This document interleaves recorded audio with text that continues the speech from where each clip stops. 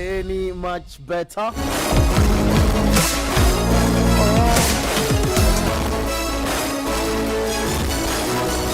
It's 14:03. Welcome to 97.3 Citi FM. We are live on your radio. This is where all the analysis take place.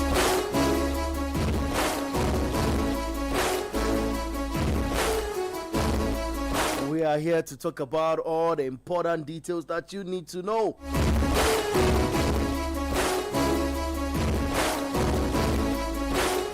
People are saying one of the goats, he has broken a record. Charlie, this argument. We'll digest that here on the show. The 40-year-old seemed to be doing a lot of things.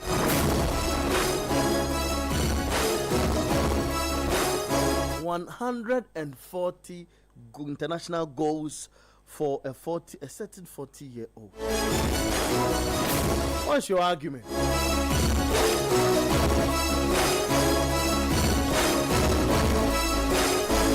I know myself and you are blessed to be seeing, a footballer in that caliber live all his glorious moments right before our eyes. We'll be looking at the World Cup qualifiers. We'll touch on the Black Stars game tomorrow. What our chances are. Oh, Charlie. It's going to be an exciting show today. We'll be looking at the groups. Nigeria is asking authorities to make sure they deal with South Africa. The usage of unqualified players, they say, is too much. Hey, Charlie. We'll talk about their group as well. But yesterday, we all got to know that a number of national teams have qualified for the 2026 FIFA World Cup in Mexico, United States of America, and Canada. Ghana want to be a part of that chain. Already, the Malians are in town. The coach have spoken. He says his target is to beat Ghana here in Ghana, in fact, at the Accra Sports Stadium. We'll get to talk about that. Kwabena Mafu is with me here in the studios. Let's run through first off games that we are to see and games that had happened. So let's start from yesterday. Maybe that will help the argument and the purpose of it, what we want to talk about today. In the World Cup qualifiers in UEFA, the first round in Group F, that's where Portugal belongs. Portugal beats Armenia by 5-0. Well, it would have been an ordinary result, if you ask me. But the guy who scored brace is Cristiano Ronaldo, the captain of that national team. And he's played in different formations in his life, played in different roles in the front line, and he's still scoring. He's scoring with the likes of João Felix, and he's playing with Pedro Neto, João Neves, Bruno Fernandes, but he's 40 years and he seemed to be finding his rhythm even in that age. So Portugal beating Armenia by 5-4. Ireland played 2-2 with Hungary. In that group, Portugal, well, of course, it's just a game played. So Portugal leading 3 points in that front. So the World Cup qualifier is on. In the other groups, Bosnia and Herzegovina beats San Marino by 6-0. Austria beating Cyprus by 1-0 as well. Serbia beating Latvia by 1-0. You recall Serbia, our first outing in the World Cup, we met Serbia. That time they were ranked proper. And they had Ivanovic and the likes, and all of that. England beating Andorra by 2-0. Marcus Rashford was yanked off at a point in time in the game. So that's for Group K, the World Cup qualifier. So England have 12 points after 4 games. 3 for 12, right? So they won all of their games. Yeah. Interesting. Serbia are second with 7. Albania have 5 points. They are third out of 4 games. Latvia have 4 points after 4 games. They are fourth. Andorra have no points. They seem to be, as I said, they seem to be like the whipping boys of that campaign. Okay. Yeah. So those who top the chart in that group, in the 5 national team group, automatically gets qualification to the World Cup. If you are second, there's a next stage to play. There's another stage to play to gain qualification. In Africa's group, Nigeria, that's what Nigeria is, but wow, there are guys who are also playing in the CONCACAF, through those chains qualification, like the Haitis and Honduras and whatever. But let's pause on those for a second and talk about they are third. Nigeria are third as well. Yeah. And if you are second, you get to so play the best 4 place teams that so will play second. I want to do all of the teams, then Yeah. I'll get back to you for us to delve into that discussion. Now join us on 0549 986 996 0549 986 996. Let us have you with your thoughts in relation to the countries you think would qualify after you hear who belongs. Yeah. So this is Nigeria are playing in Group C. For Nigeria's group, they have South Africa on top of the group with 16 points after 7 games. Yeah, 16 points after 7 games. There's Benin, who was second with 11 points after 7 games. After 7 games, Nigeria are third with 10 points. Rwanda are fourth with 8. Lesotho have 6 points. They are fifth. There's Zambia in the picture as well, who are sixth with 4 points. So that's Group C. So let me climb up. Start with you on Group A, so Kobra can have his stake as well. In Group A is a group that contains Egypt, Burkina Faso, Sierra Leone, Guinea-Bissau, Ethiopia, and Djibouti. Egypt on top with 19 points. Burkina Faso second with 14 points. So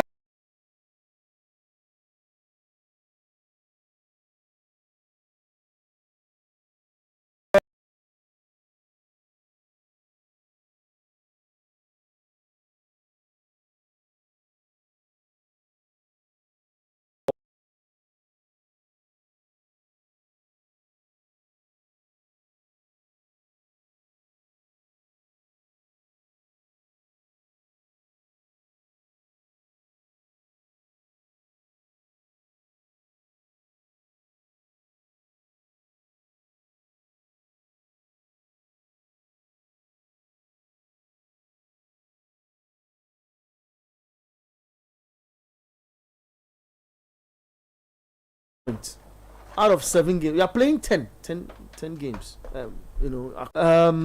Sudan are third with 12 points. Mauritania are fourth with 5. Togo are fifth with 4. South Sudan are sixth with 3 after all of them playing 7 games. In Group B. In Group C, I've already told you about what's been happening there. That's the group that Nigeria belongs. If you just join us, this is 97.3 Citi FM, and you have the opportunity to join us live on radio, and send your thought across on 0549 986 996. We'll zoom into the Black Stars conversation, so you pen all your details down. In Group D, there's Cape Verde, who are on top after 7 games, 16 points. Beg your pardon, 16 points for Cape Verde. Cameroon are second, shockingly, with 15 points. Just a point separating Cameroon and Cape Verde.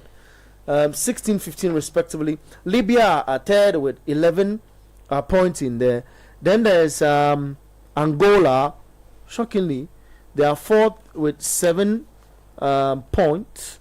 Mauritius are fifth with 5, and Eswatini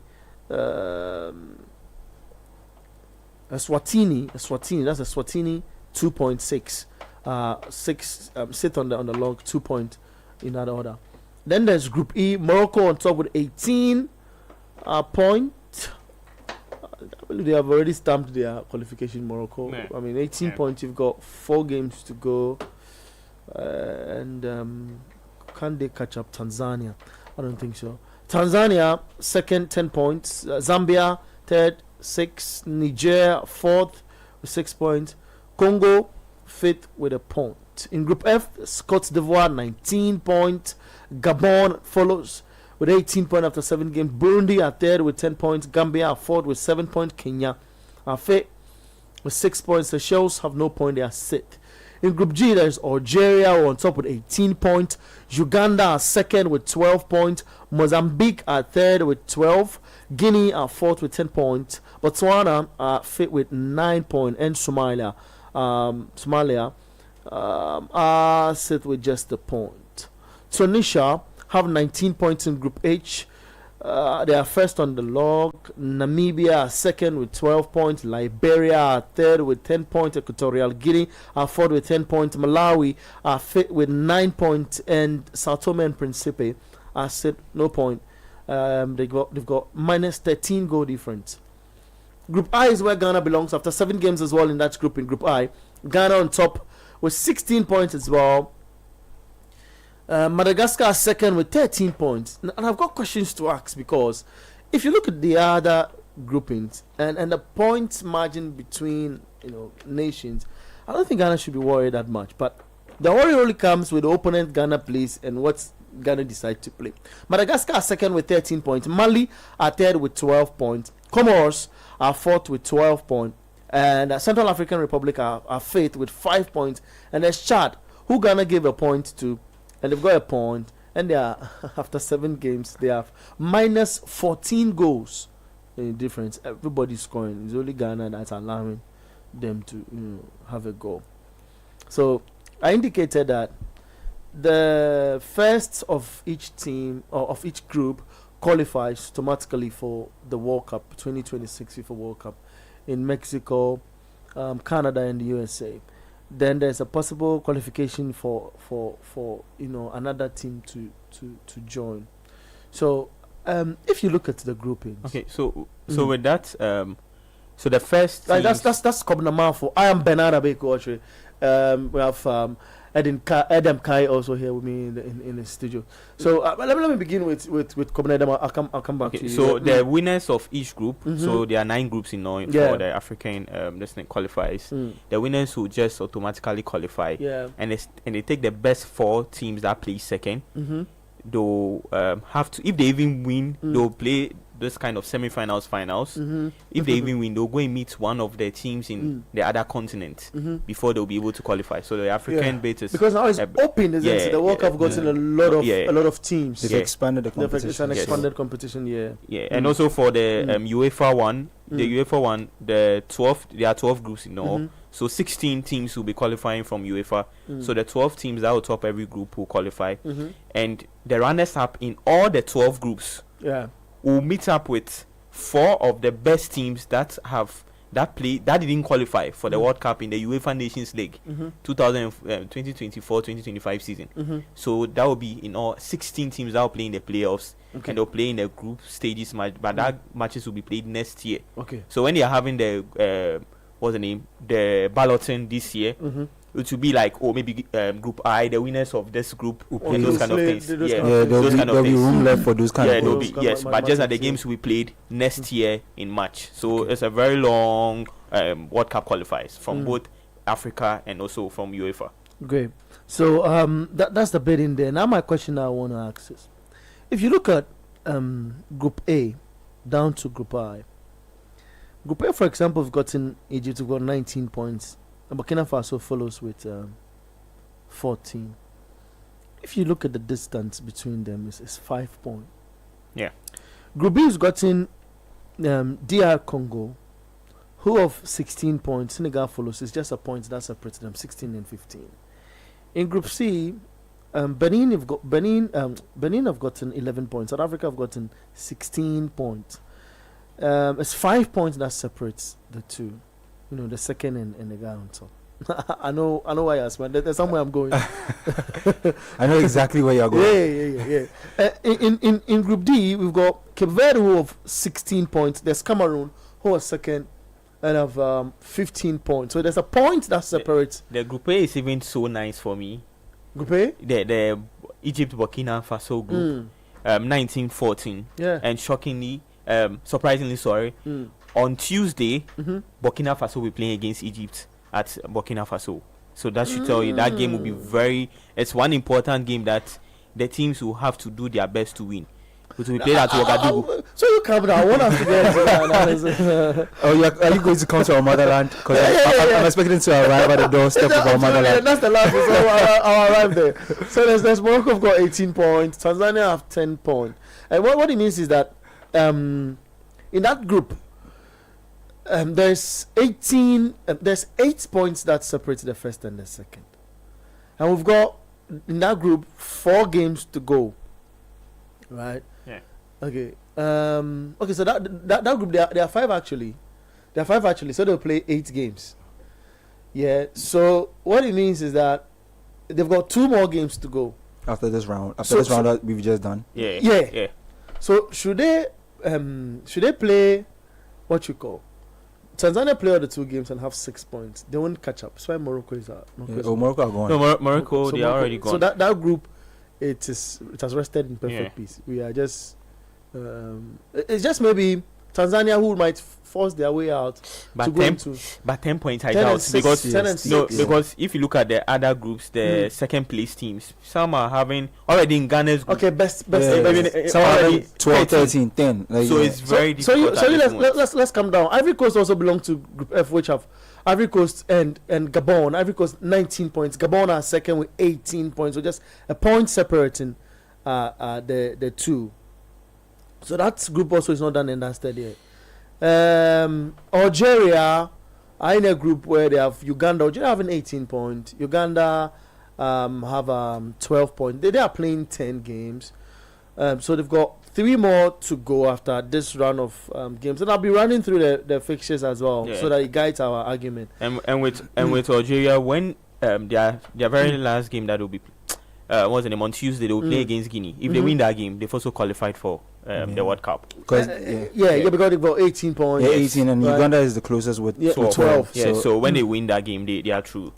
Okay. So it's 6 points that separates that group as well, the top and the second, the first and the second. Then there's Tunisia in Group H. We've got 19 points. Namibia are second with 12 points. So that's 6 points separating them? No, 8. That's 7 points. 7 points separating them. Is it 19-12? 7 point, right? 7? Yeah, 7. 7.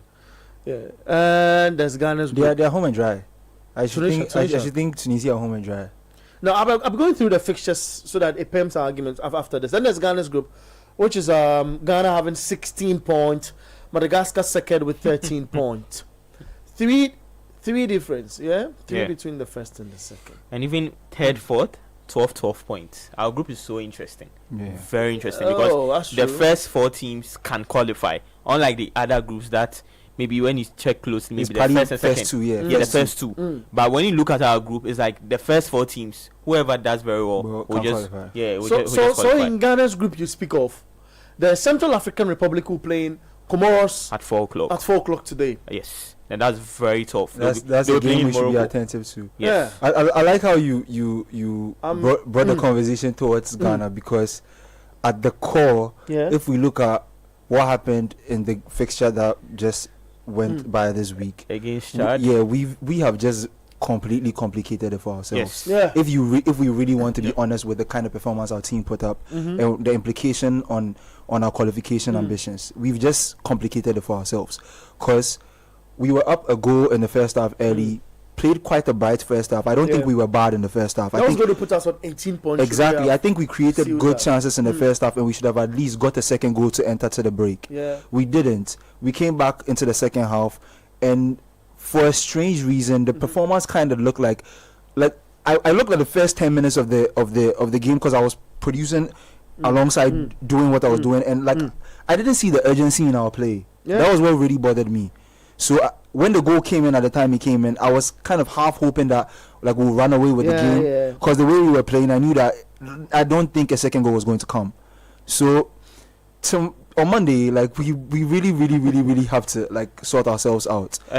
Sorry for even. It's fine. It's fine. There's one thing I've noticed. I know why Ghanaians are panicking so well, and we are a bit skeptical about what the Blasters are doing, because we've seen the same Blasters team that lost against Comoros in the AFCON, played against Mozambique in the AFCON. They didn't play so well.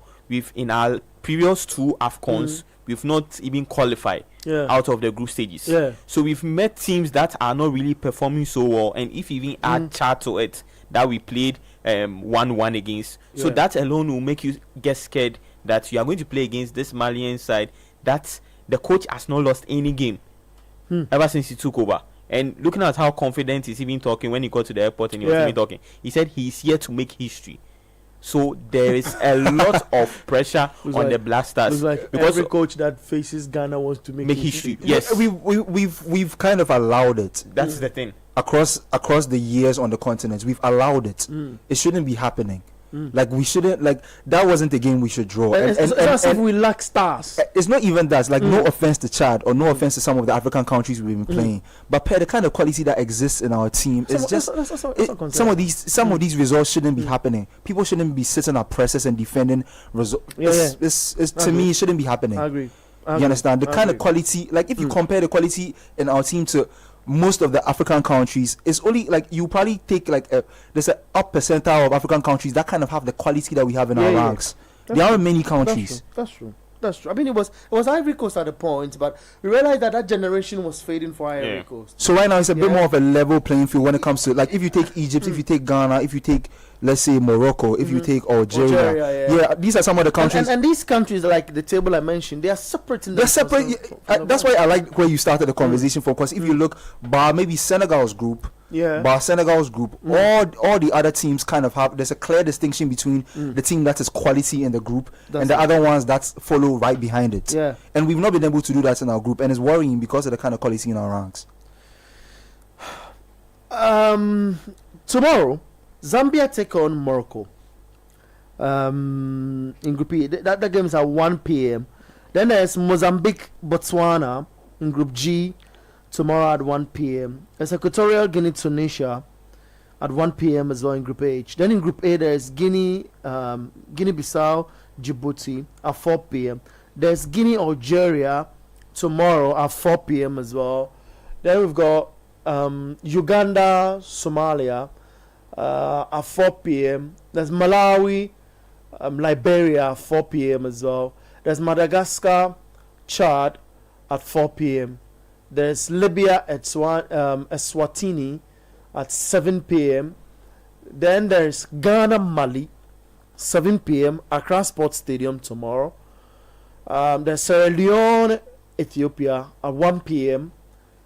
on Tuesday as the last round of games. Zambia, Rwanda at 1 p.m. on Tuesday. Tanzania, Niger at 1 p.m. on Tuesday. Kenya, Seychelles at 1 p.m. on Tuesday. There's Namibia, Sao Tome Principe, 1 p.m. Burkina Faso, Egypt, like Governor spoke of, on Tuesday at 4 p.m. That would be a fantastic game. Big one. Yeah. DR Congo, Senegal. Another big game. Yeah, it's a big game as well. DR Congo has 16. Tuesday, 4 p.m. Senegal has 15. So that's another big one. So we'll do picks. And I want us to stay on the Ghanaian conversation for a second after going through this, because I don't want us to miss points. Togo, Sudan, 4 p.m. on Tuesday. South Africa, Nigeria. Another big game. That's a big one. On Tuesday, at that's in South Africa. Yeah. Yes. At 4 p.m. Should I tell you something? Yeah. I feel the South Africans will win. And Nigeria are wanting to use rough tactics. Yeah. To get some points off South Africa. I feel the South Africans will win. I don't know what's happening with Nigeria as of now. But I don't know. Osimhen is out of the game. Yeah. I mean, coach says he's not really worried, is he? Yeah. The coach seems not to be worried, but I think they should be worried. South Africa are fired up, and they've been steadily rising with the way they've been performing across the continent. I think they had a great AFCON the last time around. Yeah. And I'm sure they will want to look to build on that performance. And And they're on top of their group. Yeah, and what better way to do it than to do it against a powerhouse on the continent than Nigeria? I think. And before your fans. Your fans, I think they're fired up for that one. Wow. They've got there are a few games to go. There's Cape Verde, Cameroon, 4 p.m. on Tuesday. Mauritania, South Sudan, 7 p.m. on Tuesday. Benin, Lesotho, 7 p.m. on Tuesday. Angola, Mauritius, 7 p.m. on Tuesday as well. There's Gabon, Ivory Coast, 7 p.m. on Tuesday. Gambia, Burundi, 7 p.m. Djibouti, Egypt will move to the next phase of the qualifiers when we begin on 6th of October. So, I mean, this is how it looks like. Now, let's break down the Ghanaian discussion down. First off, the National Sports Authority have issued a bit of an information? No, have issued a statement which says that if you are driving to the game tomorrow, you park at the Independence Square, and then you walk to the stadium. Yeah. So you don't get to drive into the stadium. Yeah. Is it going to happen with the VVIP too as well? I don't know. I doubt. But that's the information. That's the information. I doubt. I think maybe the idea is to maybe make it easily accessible to people of that level, so that the place won't be too crowded. Because it's Mali. Like I and with the stakes, I kind of expect Ghanaians to still go, because I think Ghanaians will want to give the team a last push to see because I feel like if we win against Mali, it kind of like it brings that's calm tension. It brings that calm, because right now Ghanaians are tense. Ghanaians are tense. So I feel like it's a good idea. I think it's to not make the place too crowded, because we don't want any crazy thing happening doing these kind of things. Across the last few months in football, some rather unfortunate things have happened when people were either celebrating wins or different circumstances. So we don't want to see those kind of things. So I think it's safe. Yeah. Great. So the National Sports Authority have also assured us of security, proper security going into the game tomorrow. And the team itself have seen Kwesi Sibo get to camp and said to be playing in our midfield, and guys, let me not go into discussions. Let me allow you people, because that's why we have you here. The Black Stars against Mali. Kobna, what are our chances? It's a big one tomorrow. I'm sure even the players themselves know there's a lot of pressure on them. They've heard of. I'm sure when they go online, they've seen what most people are saying, and they are not really happy about their performance against Chad. So there's a game they have to put up a very good performance on Monday, and it's at 7 p.m. So they should know that by then, a lot of people will just troop into the stadium to watch them, to just see how best they can do. This is a World Cup that most Ghanaians are very interested. A World Cup World Cup that most Ghanaians are very interested. So they need the Blasters needs to do anything possible to win this game. I'm sure for this game, if they are not even to even play well and they are able to win, I'm sure Ghanaians will just forgive them. But the most important thing is for them to get the maximum 3 points. But we also want to see good football. Otuado needs to sit down to know what players that will really help him, because talk of that. There's Juku and Pinto back. That is it. Yes, that's fantastic for us. Yes, because that's fantastic for us. Because I just feel like he Otuado is one coach. Should I say he's very bad in selecting some players sometimes. And also very late in doing substitutions. The game against Chad, it took him about 76 minutes before he made his first substitution. Because I'm forced to agree with you, why? Because you indicate first off that the pitch is not good. That is it. And you've got cards on the bench who have similar play like the players you have on the pitch of play. So why don't you substitute them? So why don't you manage their time? That's it. Because you have another game to play on Monday. This is not even the only game that you are going to play. So there's a lot of pressure on them. He has to make sure he gets things very right. Whatever that he has to do, the technical team, I'm sure this evening, they'll sit down to know what players they have to take for that game, for the game tomorrow. Because there's a lot of pressure on them. There are some players also who have to really put up good performances when they come to the Black Stars. We see some players that when they are in their club football, they play so well, but they don't put in their best. I can give an example, like Inaki Williams. I don't see the best that he gives in when he's playing for the Black Stars.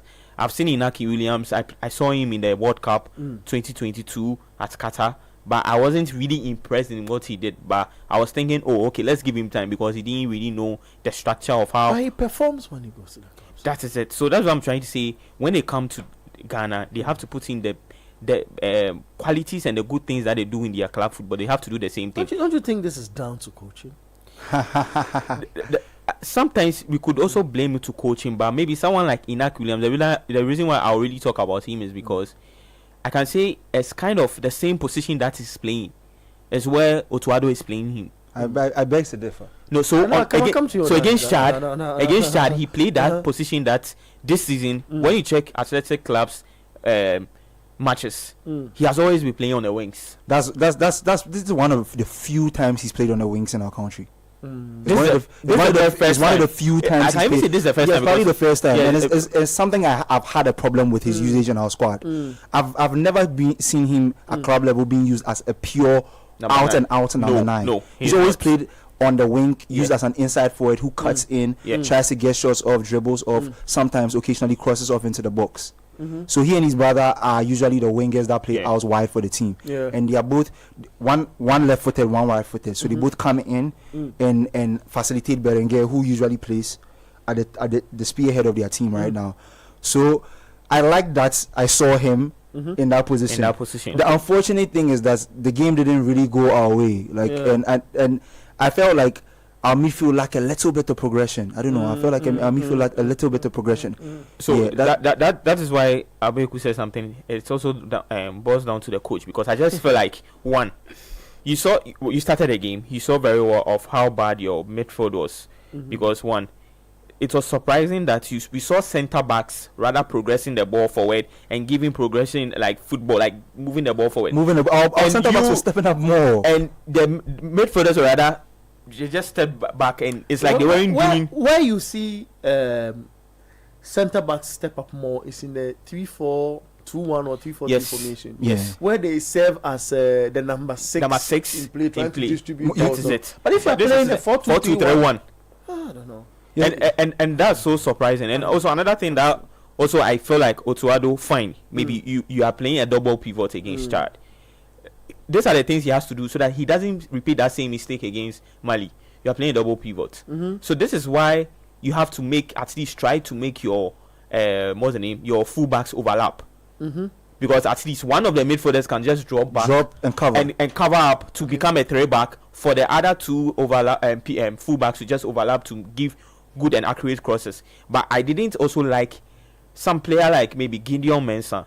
Like this, he has to really be like they really need to talk to him, because he has been given a lot of chances in the Black Stars that he needs to put up a good performance, because if he doesn't do that, a lot of pressure will be on him. And we have Derek Con. I was about to say that there's somebody waiting in the wings too.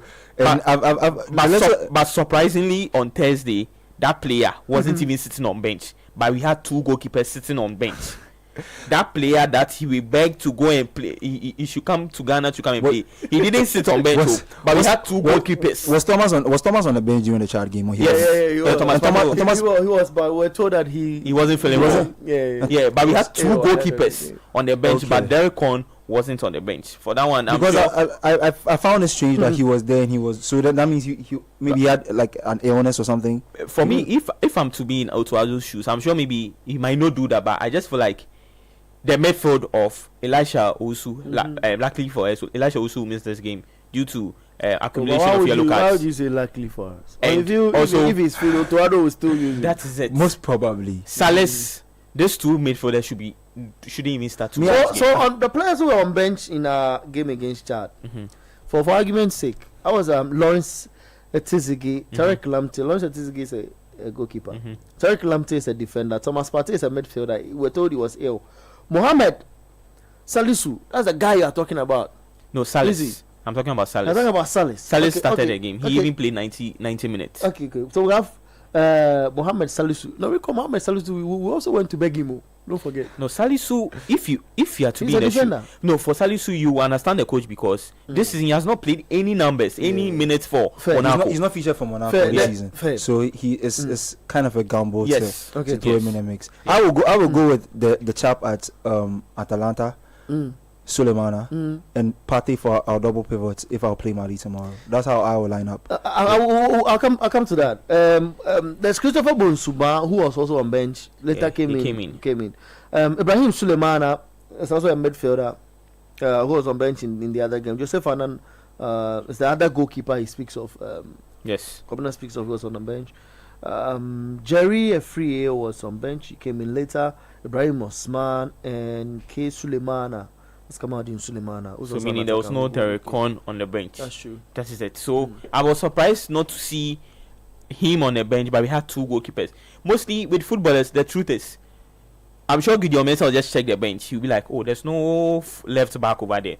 After all, if I don't even play well, I'll play 90 minutes. But I'm sure if he had seen the bench and saw the recon over there, I'm sure he will step up and put up a good performance. That is when he will do best. So for him like this, you have to really talk to him, because if he doesn't do that, at Accra Sports Stadium there, that's when people will really hurt him. The insults there, he knows that it will come. So they have to put in. These guys are professionals and they know the. But they really need to put up a very good performance, because what they did against Chad wasn't good. They didn't play well. So they are now putting a lot of they've just put a lot of pressure on them for this game. I'm very sure if they won against Chad and even against Mali tomorrow, if they even draw, I'm not sure to be any worry like that. Mali knows to score. They know how to score. That is it. In the Mali setup, I feel they've gotten players from. They play in the old-fashioned, kind of football, a typical 4-4-2, with a bit of diversification, when at a point in the game, shifting and all of that.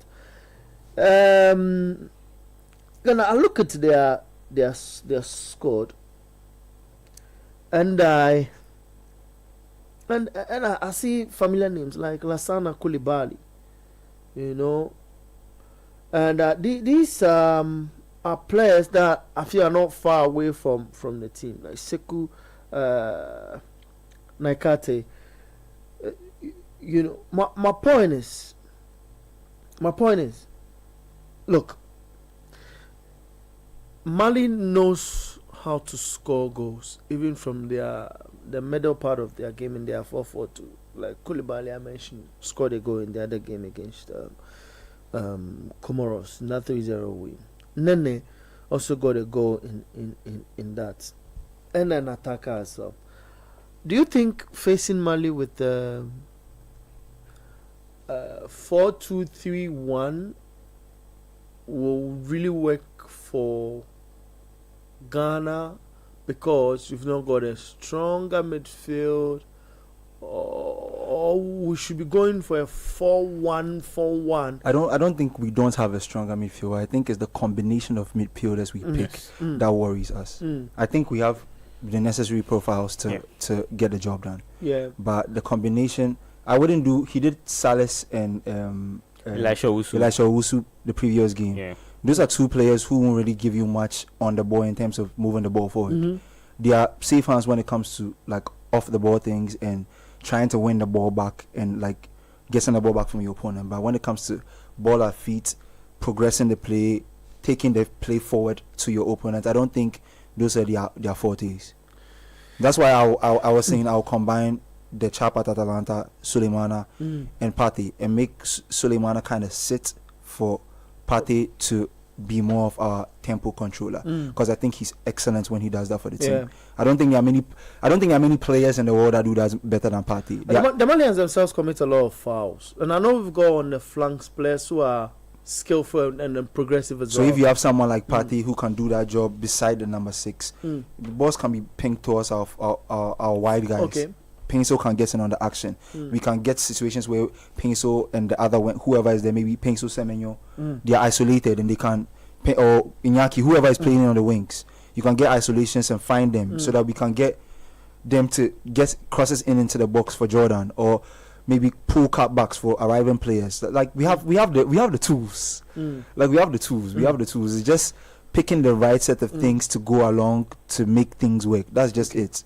Guys, we're discussing the Black Stars and its chances against Mali tomorrow in the World Cup qualifier, the 2026 FIFA World Cup qualifier. On 0549 986 996, you are good to go to join the conversation. Now, what do you think should be our approach to the Malian game tomorrow? If you had to put, the area people have had a lot of complaints is the midfield, which Adam discusses, and he's choosing, flair a bit of flair in a defensive cover in a double pivot situation. And I want to know what you also make of that on 0549 986 996. It's against Mali. They don't like to play a lot of possession. Against Comoros, they played 52% to 48% for Comoros, and I feel that they just want to take their chances. Like I know, the teams that set up in their formation looks like a 4-4-2 off the ball. Yeah. But when they are on the ball, when they are on the ball, they are players who can do different things. Like for example, Nene can play on the left, Nene can play on the right. So like it makes them on the ball really unpredictable. When they have the ball, their team can morph into different things. But when they're off the ball, they just go into a flat 4-4-2 block. They don't want you to have too much space. They're trying to close the spaces on the wings so that you're not going to get your wide guys coming at their fullbacks.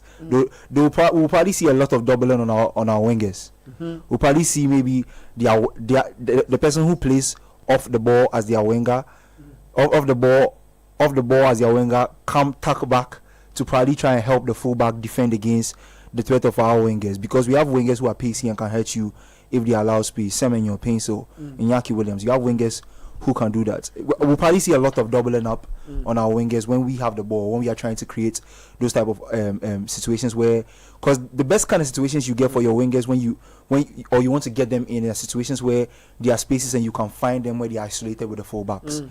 And when you play in a 4-4-2 like that, you are trying to curb that as much as possible. Yeah. Because you don't want, when you're off the ball, there will be too many spaces in your team. So I'm expecting a lot of those things tomorrow. So tomorrow our game will have to be really smart. We'll have to move the ball fast. We've gotten the profile of players to do that. Yes. And we just have to pick the right combination of players, and we can get the job done. I don't think beating Mali is beyond the Black Stars. Good. I'll come for your 11. Your starting 11 for tomorrow's game. Okay. You come now. So guys who doing the listening, I want us to also churn out your starting 11 for tomorrow's game, because a lot of people seem to complain of selection for the coach. So what would you select as your 11 for tomorrow's game? 0549 986 996 0549 986 996. I'll do 2 WhatsApp messages. My guys will be ready with their 11. I see people already putting their 11 together. So Raymond Decoder inside Tema Community 4 says, good afternoon, Citi FM. If Nigeria want to go to the World Cup, then it should be a must win, because they missed out in 2022 to Ghana. All right, that's fine. That's Raymond Decoder inside Tema Community 4. Reinhard Saki from Achimota, Alogboshi. How we say the name? Okay. Says this is his 11. He put but don't call now. Don't call, and I'll be picking calls. Ghanaians have things to say. I tell you. This is worrying Ghanaians. I think people want to make their. I mean, it worry people. Yeah, see, if I go house, if I do mistake where I wear the Lacoste, if I do mistake where the Lacoste, plenty questions. I'll come to that. Let me read Saki's message. I'm tempted to let you on the first half.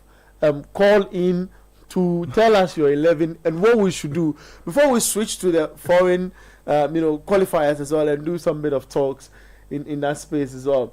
But currently Georgia are playing Bulgaria, and Georgia are leading Bulgaria by 3-0. It's already 89 minutes in that game. We'll come to do few chats with players that we expect to shine. Yeah, there's a big game in that group later on tonight. Turkey take on Spain. So we'll delve into that. Let's finish the Black Stars off. He says his 11 is Asari in post, Lamte, Mensah and Jerome in the center in defense, then Jiku, he says, so then Sigbo Partey as your double pivot, Kudus, Semenyo, Babonsu, and Jordan. So he perms a 4-2-3-1 formation with Jordan leading the attack. That's what Rehad Saki from Achimota. Right. What do you also think would be your confirmed 11 for tomorrow's game? 0549 986 996. 0549 986 996. I'll run you through the tickets pricing for tomorrow's game. The National Sports Authority boss sent us that tomorrow that yesterday. So let me just go through his chart and confirm what he writes to us. The ticketing will be for tomorrow's game. So tomorrow's game is kickoff is at 7 p.m. at the Accra Sports Stadium. I'm sure you've noted that down already. This is the confirmed rate. So VVIP is 1K, 1,000 Ghana cedis. VVIP, 1,000 Ghana cedis. Upper VIP is 500 Ghana cedis. Upper VIP is 500 Ghana cedis. Lower VIP is 200 Ghana cedis. Lower VIP is 200 Ghana cedis. Center line is 50 Ghana cedis. Center line is 50 Ghana cedis. And popular stand is 30 Ghana cedis. So when I decide not to be a journalist, these are the areas I love. You like popular? I like center line or popular. You want to be with the boys? Yeah. I love the commentary that transpires, when the game is unfolding in those spaces. And then I tell you, epic. And when the coach decides to do the opposite, more than coaches, the guys they know their game. They know. So I repeat the rates again. Then we can delve into the confirmed 11 from not the confirmed the predicted 11 from the studios. So this is the confirmed rates. VVIP 1,000 Ghana cedis, VIP 500, upper VIP 500 Ghana cedis, lower VIP 200 Ghana cedis, center line 50 Ghana cedis, popular stand 30 Ghana cedis. Nzole is testing from Oyarifa Specialized. He says, do you know that the Black Stars let me lose 15,000 Ghana cedis on Thursday by allowing the Chadians to score a goal? Nzole, you they tell me you are no. But that's a lot of money now. Your mom very go some handicap. Some hard handicap. Yeah. Chad look for score goal. Chad has said. Yeah. Everything destroyed. That's why we'll go look, guys. We live to fight. We've got another opportunity tomorrow. Yeah. So let us know what you make of tomorrow, and what you think at the scoreline would be for Ghana tomorrow. And your 11 as well. I'm waiting for your 11 on our WhatsApp console. Put the number down: 0549 986 996. 0549 986 996. I say I'm tempted to open the lines, and I'll open the lines for you to come in with what you think the scoreline will be for tomorrow. Then we'll move to the foreign front. Then we invite you to come in again. There's an interesting debate between a 38-year-old and a 40-year-old. People are saying that if I don't talk about it, I love it. I have Adam here, and he's in España. We're going to talk about tonight's game. So you have your 11 ready, Kobna? Yes, I have my 11. Who are you putting in post? What formation are you playing first tomorrow? I feel the 4-2-3-1 is still the ideal formation. I feel like for Ghana. I feel like aside that, maybe a 4-2-3-1 and 3-back kind of suits the kind of players we have the best. Okay. If you ask me. Good. Yeah. So either a 4-2-3-1 or a formation that employs a 3-back. Great. Yeah. I'll come back to you for you to explain why you think that works for. Why are you 4-2-3-1? First of why? So 4-2-3-1 to just help the midfielders come, because of the type of players I'll use. That will make at least the midfielders being able to distribute the ball very well. They progress the ball very well, and I'll put the players at their rightful positions to be able to at least get the goals for us tomorrow at the Accra Sports Stadium. Fantastic. Who are you putting in your 4-2-3-1? Okay, so my goalkeeper Benjamin Asare, he's Ghana's number 1 now. There's no argument about that. No one can argue. I don't think anyone can argue it. Yes. It's smooth to hear that. Yeah. It's smooth. I like it too. Right back Tarek Lamptey. left back Derek Korn, Gideon Mensah should be benched. At fourth, say that again. Say your back line again. From the goalkeeper. Benjamin Asare. Right back Tariq Lamptey. Left back Derek Korn. Gideon Mensah should be benched. Your 4 and 5? Yes, my 4 and 5 will be Jiku and Jerome Opoku. Oh wow. Yes. You couldn't start in the other game. Yes. But I just feel like he coming in will just bring some kind of back into the team. Leadership. What I saw Celestine do. Celestine Okoa of Chad. How he carried that ball and I agree. That's why I agree with you. Our backline didn't have leadership in that game. Yeah. So it lacked leadership. Elementary. That's the word. Yeah. We lacked leadership in that game. And I think Jiku bring that back to the backline. I think he's one of our more experienced players. He's played in almost all the competitions you can think of. The Europa Leagues. I think his club has featured in the Champions League before too. So he's experienced to the higher levels of the game. So someone like him coming back. I've liked Opoku since he's started featuring in our defense. So I think Jiku Opoku makes a really solid backline. Then a double pivot of patent. I'm tempted to use Sibo Kwesi of Real Oviedo. I'm tempted to use you're either to use Sibo and Pate. Yeah. Wow. And the three, so maybe my right winger will be. This is difficult. That's where it gets tricky. The three up front. Yeah. The three before the one. Yes. Okay, let's go to the one. The one will be Jordan. Jordan, are you behind Jordan in the 10 row? Who would you put there? Kudus. I have to put Kudus over there. Great. Now it's left foot where you are worried about. that one is a sort of, but maybe there's pencil around. Yes. There's Iñaki Williams also who serves. For the right wing, for the right wing. Yeah, if you want to. But I'm tempted to use left wing Antoine Semenyo, just keep him. Then right wing use Joseph Pencil and bench Inaki Williams. Okay. Yeah. Okay, that's your 11. 0549986996. Put the number down. The moment I say let's get on to the phone lines, you call and let us know for the first half of the show for our Black Stars tomorrow and what your prediction would be. Okay, and guide your like keep your temper down and guide your emphasis on keep your temper down. Yeah, keep your temper down and guide your wedding when you come online. I beg you. This is I'm begging you. Yeah, I know how passionate you are and how the Black Stars is close to your heart. Let's have your 11. I wouldn't change much from what we did in Chad, not because we played great, but for continuity's sake. Teams need things like that. Okay. So that, because if you make too many changes, it's a crucial time in the qualifiers. I feel like if you make too many changes from the original 11 that played against Chad, too many people have to get adjusted to each other. Especially if you're bringing players who haven't really featured for the team in these kind of competitive fixtures. So I will maintain the back line. I will just change Ajete and bring in Jiku for leadership. I'll maintain the back line just for continuity's sake. Okay. So that the players are conversant with each other. Same with the midfield. I wouldn't change much in the midfield either. I will just take out. The midfield is probably where I'll make the most changes. Which formation did you say? I'll stick with the 4-2-3-1. So who I play in the middle? In the middle, I'll play the Atalanta chap Sulemana, and I'll play Pate beside him in the double pivots. That's what I would do if I was the one. I'm tempted to use Sebo because I've seen him. He's not too bad, and if you play in Spain, you kind of Spain requires you to be somebody who is comfortable on the ball.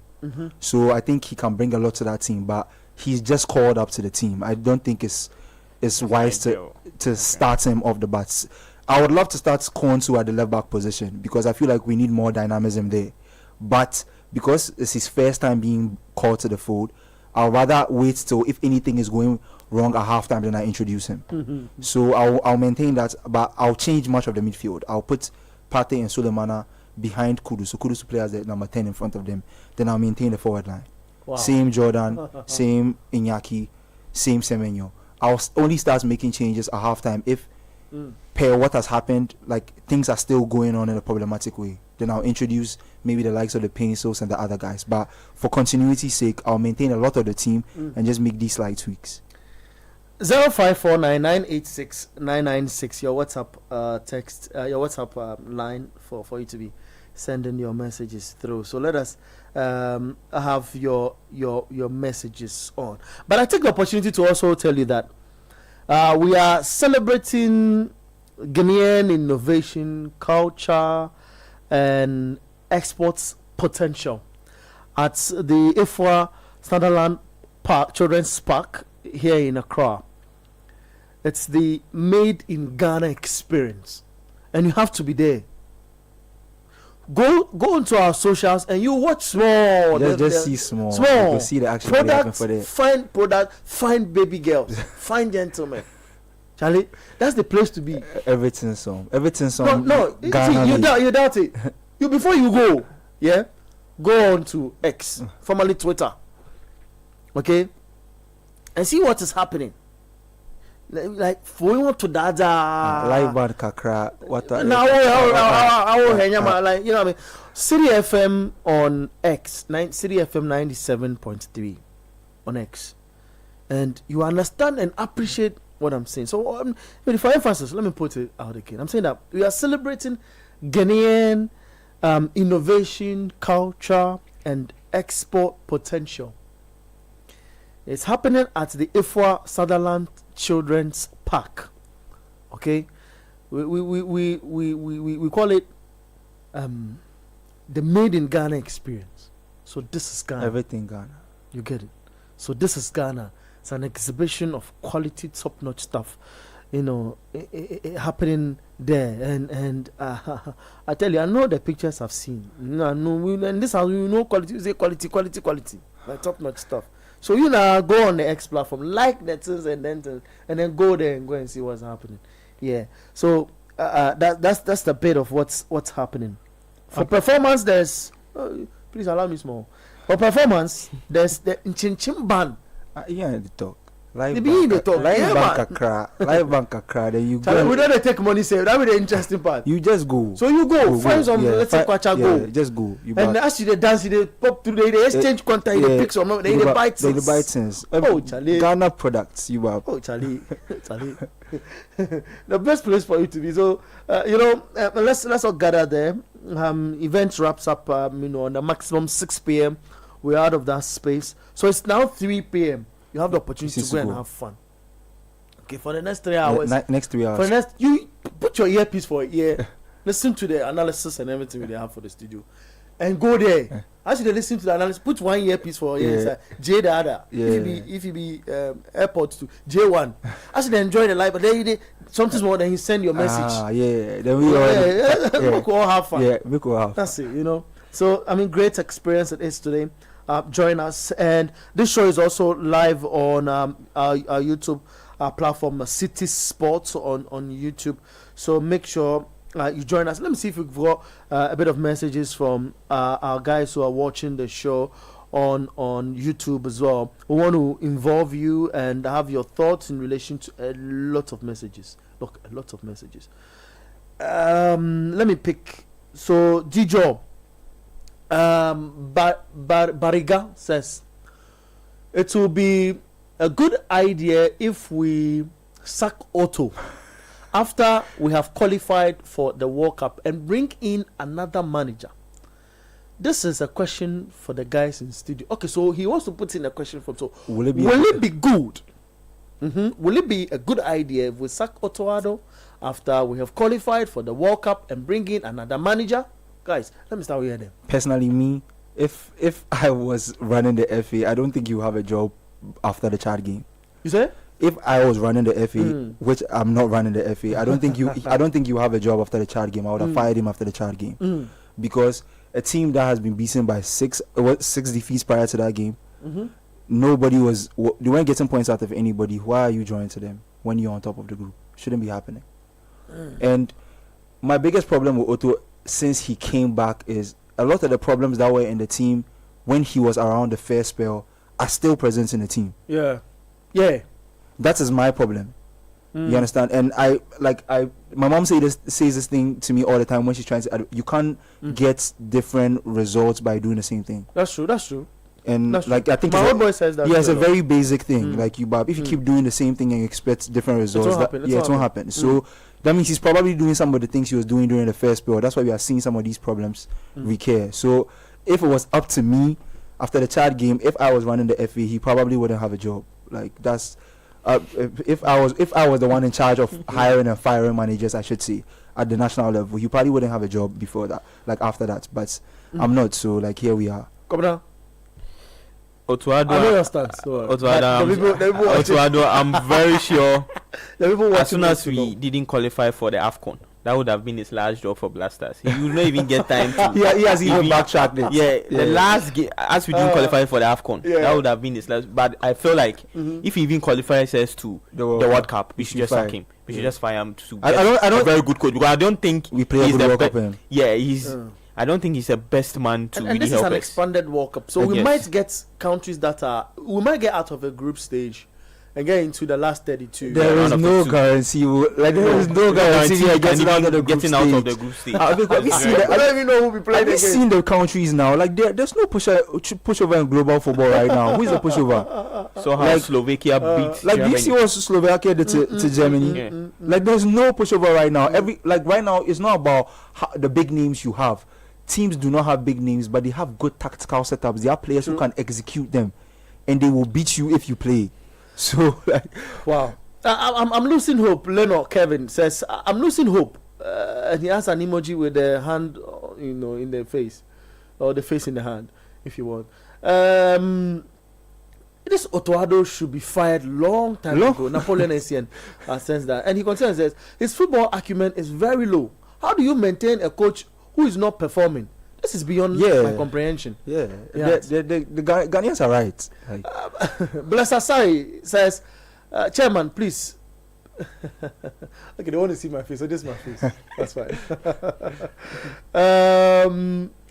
Billionaire Boatin says, Black Stars can never face Mali tomorrow. Tomorrow shall rather face the Black Stars. Hey, Charlie. Be revelation or what? The thing it took me, the loom in my head. Like before I came in studio, I was on the phone with Citi, and we kind of had a full blown conversation about a lot of these things. And I told him on the call that like Citi, I'm genuinely panicking ahead of tomorrow. Like I'm Ghanaian, so I'm patriotic. I would love us to win the game. But if I'm going to do my job and be objective and analyze things as they are, I should be. There's more paranoia in me than confidence, and that worries me. Maybe Bless Asari is not really surprised or worried if you want. He says he's going to do a 4-3-3. Asari imposed Jiku Salis Kon, Caleb Sibo, and he's going to do Pate Kudus Pencil Semenyo Jordan. That's 4-3-3. If Sibo had played a couple games for the national team already, I wouldn't mind doing that. Okay. But because for he and Kon, I would love them to start the game. But because of this caller being their first, and how many training sessions would he do before the Mali game? Like I don't think it's even be fair to them to start them in those games. If anything, they should be introduced off the bench. Okay. Everybody says that's his name. He says that Talanta guy is out on injury. Yeah. The reason Sibo. That's why Sibo was brought in. Oh yeah. Actually, true. Okay. So then that means he will have to start. Sibo, right? Yeah, Sibo will have to start. Okay. Because if I'm to pick between Sibo and the other midfielders that started, I'd rather pick Pate beside Sibo than Elisha or anyone else there. I think he can get the job done along with Pate. Okay, so bless TV, bless. I've got your messages here. It says Gideon, Inaki, Jerome, Salis, Jonas should be benched. Okay, all right. So I've gotten a few of your messages. You can keep sending the messages. I'll be reading them. I'm picking the messages on our YouTube page. So you can go on to YouTube. And that's Citi Sports Ghana on YouTube. Citi Sports Ghana on YouTube. Share the link to a friend. Leave your message in our message box. We'll be reading them live here on the show. This is The Republic of Football, the name of the show. The Republic of Football on 97.3 Citi FM. So if you're doing a listening live on radio, you join us on our WhatsApp console on 0549 986 996 0549 986 996 on our WhatsApp console, and I'll be reading all of the messages for you as well. I love to. You've done your 11, so let's read a few of the messages on our WhatsApp console. We'll get that shortly. But would you want to do a bit of predictions tomorrow, Kwabena? Yes. Hey.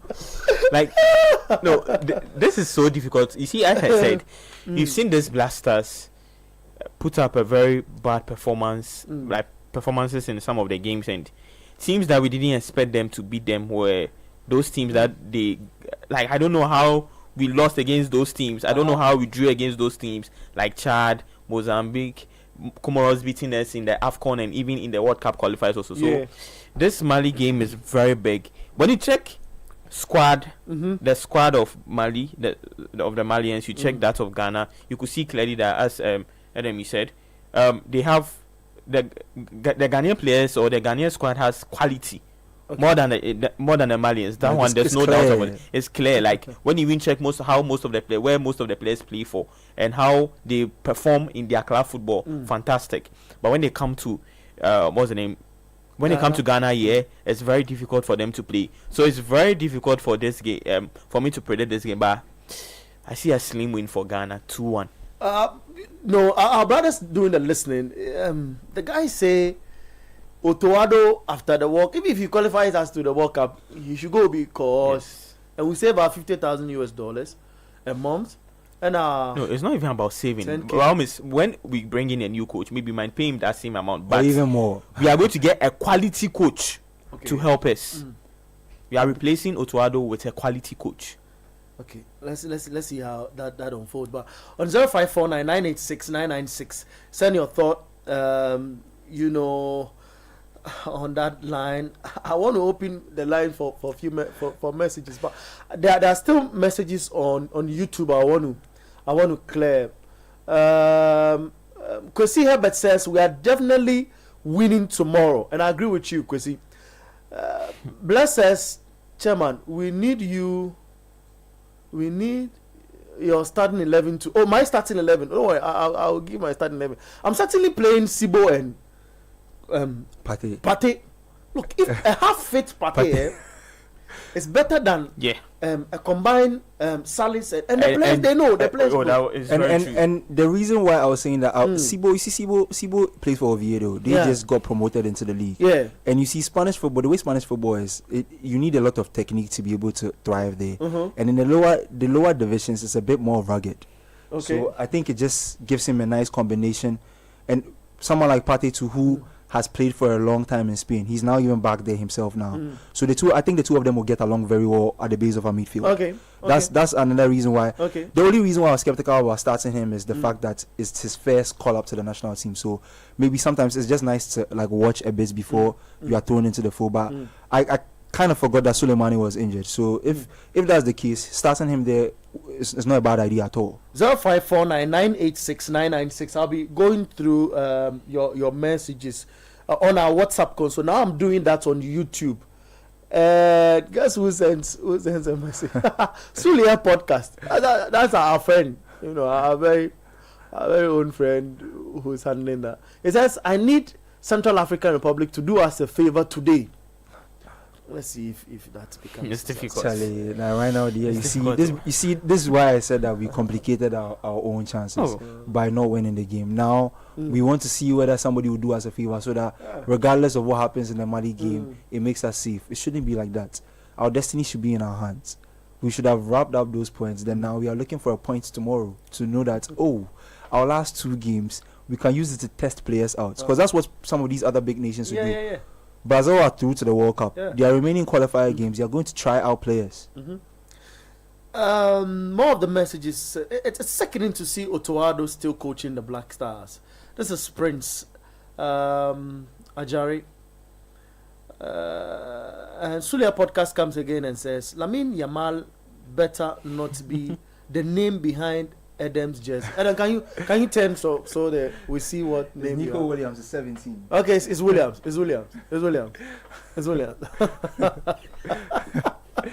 I know why he's saying that, but that's fine. That's an off-air discussion. It is true, that's true. Nigeria with 10 points even has hope than Ghana with 16 points. We'll win tomorrow. That's Amy. That's what Amy says. Bless says, I predict Ghana to Mali 1. After benching the people I mentioned. Yeah, I put their name, the names are.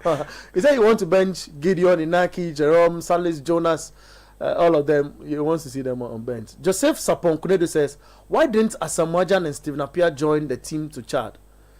That one I can't say. Don't worry, I'll fetch answers for you. But budgets are being slashed, so that could be an explanation. That's Adam's. No, that's my theory. I'm not saying for sure. It's my theory. Yeah. Vasquez says starters: Semenyo as a striker, Kudos as the midfield, Kamaldeen Sulemana as the winger, Partey as the midfield, Caleb in midfield, Bonsu winger, Mensah defender, Jerome defender, Salisu defender, Jiku defender, Tizigi in post. He indicates. It says, I am Ibrahim Suleimana Bamba from Menji. Our wars did not start today. We have thrown away our juvenile football, and also basic school football is also thrown away. I bet you we have so many talented players out there. He adds. So that's on YouTube messages. So send your messages also in our message box on YouTube. Be reading for it. Let me go on our WhatsApp console, and then we'll pick a few calls as well. Then we'll go on a break. Then we'll come back and do the European games that we have. Then we close the chapter on the day later at 5. It's 3:15 now. You've got an opportunity to send your messages, and let's go through some messages. John from Achimota, Kisiman says he puts Joseph Annan in post, Lamte Jiku Kon, Pate Sibu in midfield, Kudus, Jordan, Semenyo, Pinto, and Inaki. Okay, so I think he's doing a 4-2-3-1 as well. So that's his. No, I feel like he's playing a throwback system. But there's Pencil in there. Okay, Pencil on the right. But this lineup also makes me also feel there will be a bit of weakness in our defense, because Lamte Jiku Kon, Lamte playing as a center, part of the center backs as a throwback system. He's limited. He's not very good defending. Okay. He's not too good defending. So he playing Lamte as maybe if Lamte has played as a right wing back, I'm sure that would have been better. That's the only reason why I'll maintain Yerenchi in the lineup, because if I'll play Tariq, I wouldn't use him in the back four. Okay. I feel like it risks like that's part of the field for us. He's also had a move as well. But let's go on to read few messages on our WhatsApp console. This also says, this is from Raymond Decoder inside Tama Community 4. He says, football loving fans will miss Cristiano Ronaldo when he hangs up his boot. I tell you, the people who love Messi will also I feel in general, when if Messi and Ronaldo decides to retire, I don't know how I feel. Yeah, it's difficult. I don't know how I feel. Look, these guys gave me my prime football memories. Yeah, that's it. Prime football memories. And it gets me teary because the wonders these guys have done, I don't regret not watching. I would say I don't regret, but I feel good that you experience them. Yeah, because some people who watched Pele, Maradona have, they have some awesome narrative. Yeah. If you speak with them. So to see these guys, Messi, Ronaldo. Do you know what I think? I think we are blessed. I promise you. Because most of them got one at a time, or maybe one. When Messi was young and playing for Barcelona, when I'd watched Ronaldinho also at his apex. So when Messi was introduced alongside Ronaldinho, and then the transition from Messi to get the number 10 from the big number, I think was having 99. He wore I think 30 to 19 before 10. 19, yeah, before 10. So I couldn't sit and watch Messi. I felt he was playing 10 years ahead of the time. The year in which we were playing, because his acceleration was magnificent, his passing was crisp, his positioning was excellent, and his scoring was just out of the world. For me, as a football fan, that time watching football, and I couldn't sit. I always had my gum, and at the point I didn't like him. I mean, all of those feelings was missed, So I mean, I agree with you, Raymond. If you say that, it says, and I know that he can score 1,000 goals. As well. He will go do that thing before he retires. Ronaldo will score 1,000. When Ronaldo is driven for that too. Yeah, he will. Kofi Interma says, guys, don't even start that debate. A kid, baby goat scores 140 international goals, and this is why we love these guys in our generation. 85% of which were against teams outside FIFA's top 100. San Marino, Faroe Island, Lithuania, North Macedonia, Liechtenstein, Luxembourg, Albania, Azerbaijan, Armenia, Kazakhstan. Yeah, and it's true though. And the likes. And you want to compare to the god of football. We'll get into that discussion right after the. I don't think that is fair to Ronaldo. Name which trophy on the planet the gold Messi has not won. He's won everything, including the World Cup. Messi has nothing to prove. He's the best thing God made for football. That's your opinion, Kofi. We'll get into that discussion. A lot of messages will come. My guys in studio will do that analysis as well. We'll get to the European front. Albert from Ashaman says, I heard Ibrahim Suleimana is injured. Is that true? There's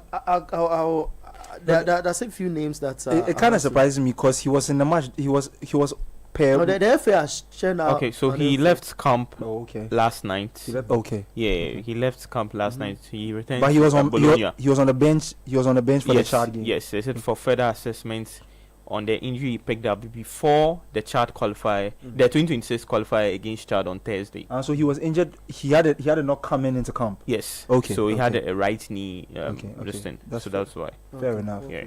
I don't feel that is fair to Ronaldo. No, we'll get. So I want you to hold that. We'll get into it. Gilbert, Gilbert, your message. We have you answered. ODT says it is two things. Yeah. Either you have a bad team supervised by a good coach, or a bad coach supervising a good team. Otoado is simply a bad coach. Change him. It is. He puts emphasis on that. That's why I read it in that manner. He has 3 exclamation marks. And also in capital letters. So in capital letters as well. Says, I'm not sure Ghana will win the game. Yes, ODT sends that message. Let's go down and see if there's another message. It says, MBA Toy Gun from Achimota says, I blame the team's performance on Otoado. He hasn't gone to coaching school. Oh, please don't do that. No. Sack him and bring Natogum. You see, if you ask me progressionally how we deal with our coaches here in the country, I've got a problem. See, you put like Kingston at under 17, he begins to do well. Then you frustrate him, he leaves the job. Lai schooled in America from his own pocket. Okay, get his certificate.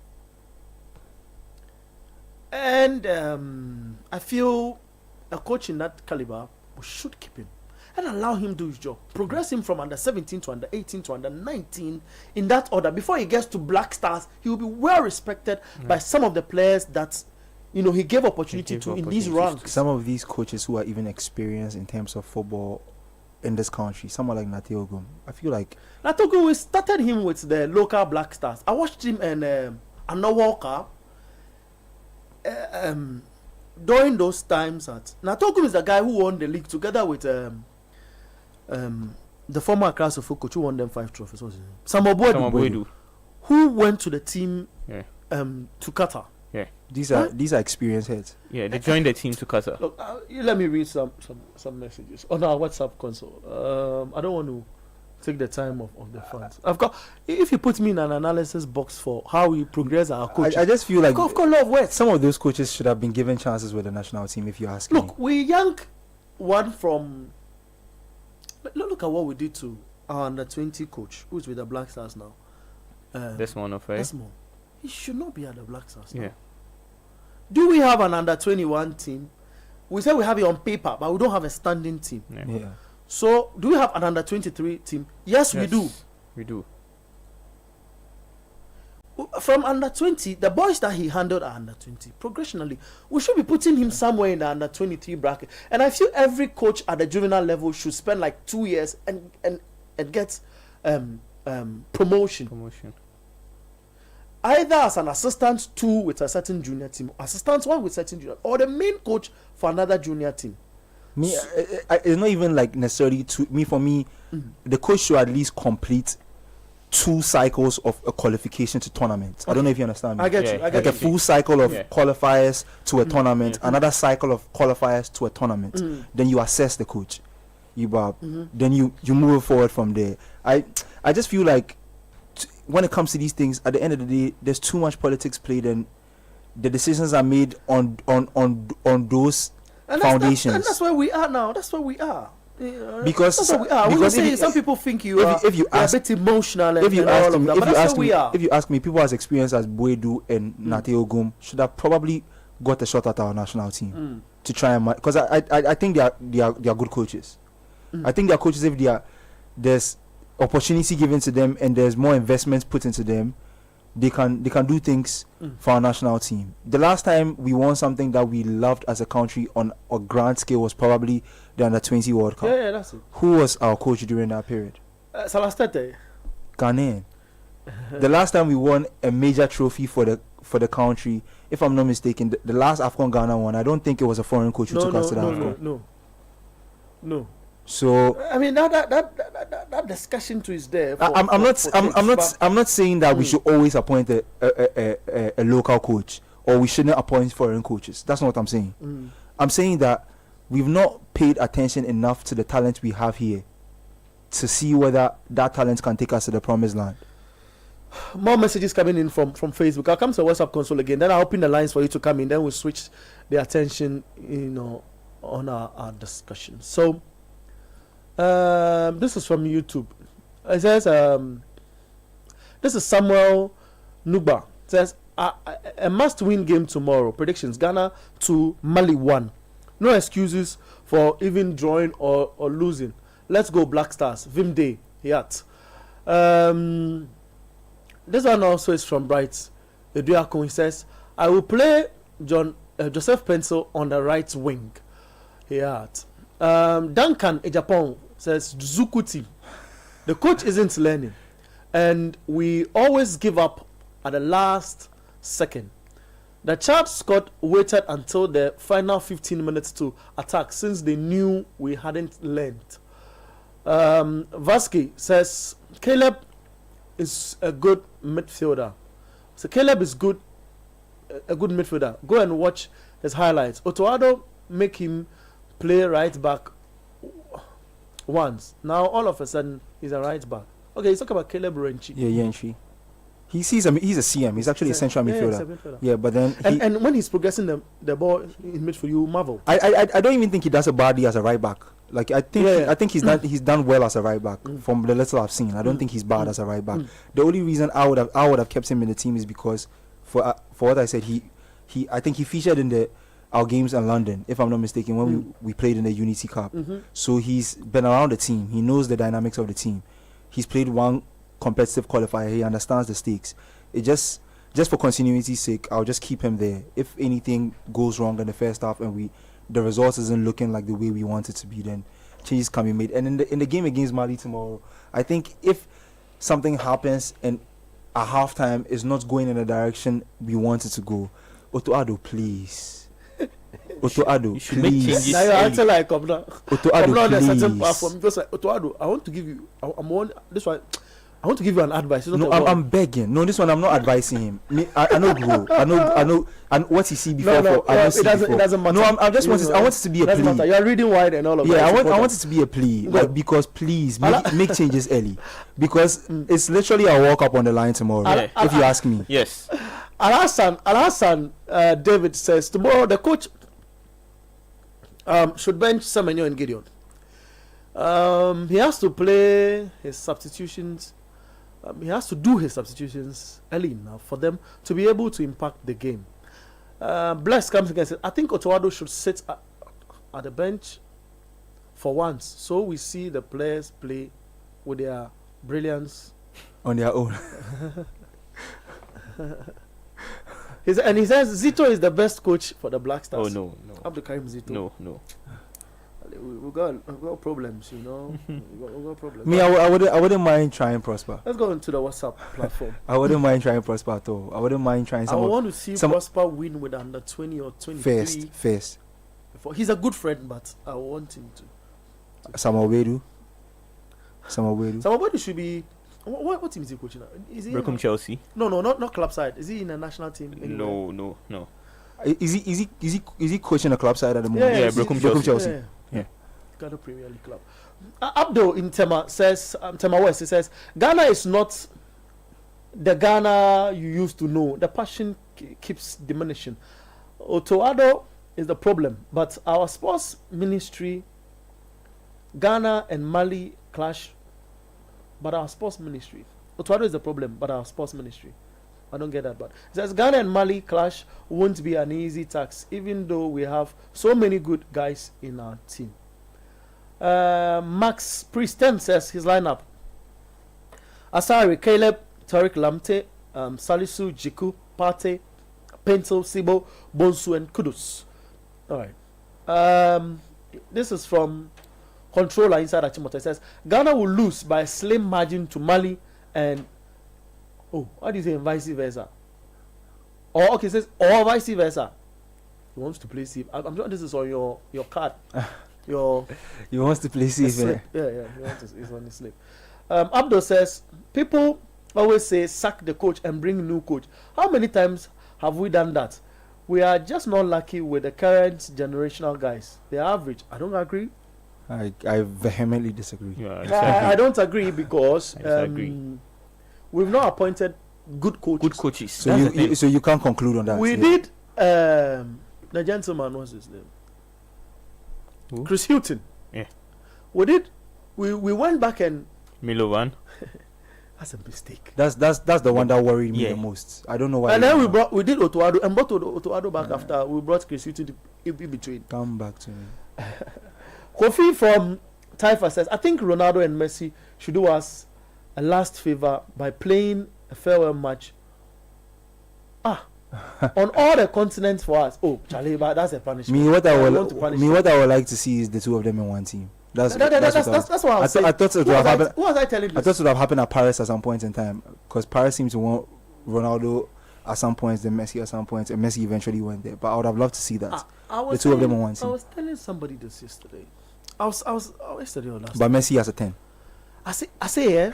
No, Messi has a 10. Ronaldo. Yeah, Ronaldo has a 9. That's exactly what I want to see. Messi. So I was thinking loud yesterday. I was like, isn't this, any of the Saudi guys crazy enough to put this together? Yeah. Yeah, Messi and Ronaldo in the same. One team. last trip, one last dance. Yeah. Probably before Saudi gets into World Cup, and that will be long ago. These guys, Messi says he doesn't even want to play in the World Cup. He said he's or maybe America. America should do us a crazy honor before, like an honorary game after the World Cup. They should play in the same team for a season. Ronaldo, Messi. They are last just one season. Yeah, I would love to see it. Messi has a 10, Ronaldo's a 9. I think Ronaldo will probably break that 91 goals record with Messi as his 10. I promise you. They will go crazy. Yeah, and it should not be any league that is giddy. No. Flexible league so they can flex just flex. Yeah. Alassane David comes and said the GFA should go for the Chad coach because the coach seemed to have exploited a hole in our team. Anytime we meet him, he causes us a lot. Ghana and Patrick Mensah says Ghana Black Stars will crush Mali. I would love that. That's fine. I would love that. I'll come back and read about 3 of the messages on the WhatsApp console, but keep them coming on 0549 986 996. 0549 986 996. I want to pick your calls the first half, then we'll go for a break, right? Go for a break and come back to switch. And I'm still reading your messages, so keep them coming. 0549 986 996. 0539 986 996. Let's do a first half call, and then we'll come to do second half. Today's like we are playing 490. So 0549 986 996. 0539 986 996. Call now, let us know what you think before we pick the second batch of messages and go for a break and come back into discussing the Ronaldo brace, the Messi playing possibly with Ronaldo. Is it on your agenda as well? Let us know. 0539 986 996. 0549 986 996. You can call now. This is the Republic of Football. Let us know what you think. Let's answer your calls now. As guys sip, a bit of some juice, water. Let's go to the lines. Hello, good afternoon. Where are you talking to us from? My man, talk to me, bro. Yeah, the only star breakfast supporter in Ghana. But you don't have to. That's you, right? And I want to add you. That's fine. I take it. I created a group, so I'm joining. Yeah, I'll be joining. We have to make that fan base super large. How you doing? I'm great, my brother. How are you too? If I hear West Africa, I'm melting like aluminium. Oh, Charlie. This one should be Otoado. Like, we should be saying, if we see Otoado by the touchline and the Black Stars are playing great football, they will be melting. But that's not the case. Why was for the team? Why was for the team? How many for the team? Oh, Charlie, no. First off, who would you want to introduce in the game against Mali, and what's your prediction for that game? Charlie, that would be a tough match. See, he had the chance to beat Chad and just relax in the Mali game. But now we want to put unnecessary pressure on us by going against Chad. See, look at the matches that were played over the last matches. All the big teams went and killed the game, like won the game. It was only Ghana. And I don't understand. You can see that the players were tired. The players were not tracking anymore. There was no passion. It was nothing. And this coach was standing there and he was not doing anything. And you say that the temperature was high. The pitch was not good. So the players on the bench, what was their work? Let's finish the match in Chad and come and relax in Accra and play. If we get a draw, it's okay. But now we are putting unnecessary pressure on these guys. And you know that Ghana, if the time is that way, like the team is under pressure, by the time you see them, the guys score it. We saw that against Niger, against Angola. It is all. See, me, I will not be surprised if Mali can beat Ghana in Accra. I will never be surprised. It's something that can happen. Wow, it sums up your prediction. Sometimes I look at this coach and I look at this team, and I think this team is a coaching problem. It's true, I agree with you. It's a big coaching problem. I agree. Because you can't tell me that the menu is like Williams, Kudus, Jordan. Is it that they are coming with DBS, they are lookalikes or what? No, you can't tell me a player that comes back just overnight. Is it that when you call them, they are class givers, they are lookalikes? Because I don't get. I don't get it. Can you explain it to me? You know the style of play of Otoado. What kind of football does he play? It's difficult, Charlie. Do you know the style of football Otoado play? It doesn't see. It's not involved in this team. Like you don't see any finger piece of Otoado on this team. And the worst thing is that look at them. They have nothing. They don't have anything. Like when you take to your bench, John Pete and like seriously, Ghana. You have to be serious. See, this is poverty alleviation project. You see, if they know they can't do the job, they should come and resign peacefully. This is poverty alleviation project. I think you've made your point. Thank you. Thank you. I know. This is poverty alleviation project. Thank you very much, man. All right, thank you. I understand his pain. I understand. Get on the line. Let's talk. 0549986996. 0539986996. Call now. Let us know what you think about our Black Stars, and if you think we are going to win. Another caller on the line. Hello. Good afternoon. Your name? Where are you talking to us from? Hello? Yes, I can hear you. Where are you talking to us from, and your name first? Pardon? Say, tell us where you're talking to us from. Your name first. I'm calling from Medina. I'm Nana. Nana, let's hear from you. Nana, I'm calling from Medina. All right, we are listening. Hello. Yes, I can hear you. Nana, I'm calling from Medina. All right, we can hear you in the studio. So let's. Nana. I think he has to position himself properly and then get back on the line. Hello. Good afternoon. Your name? Where are you talking to us from? All right. 0539 986 996. 0549 986 996. Please, if you call, kindly position yourself well so that you can hear us, properly, and don't listen to yourself if you're by a radio set or a set.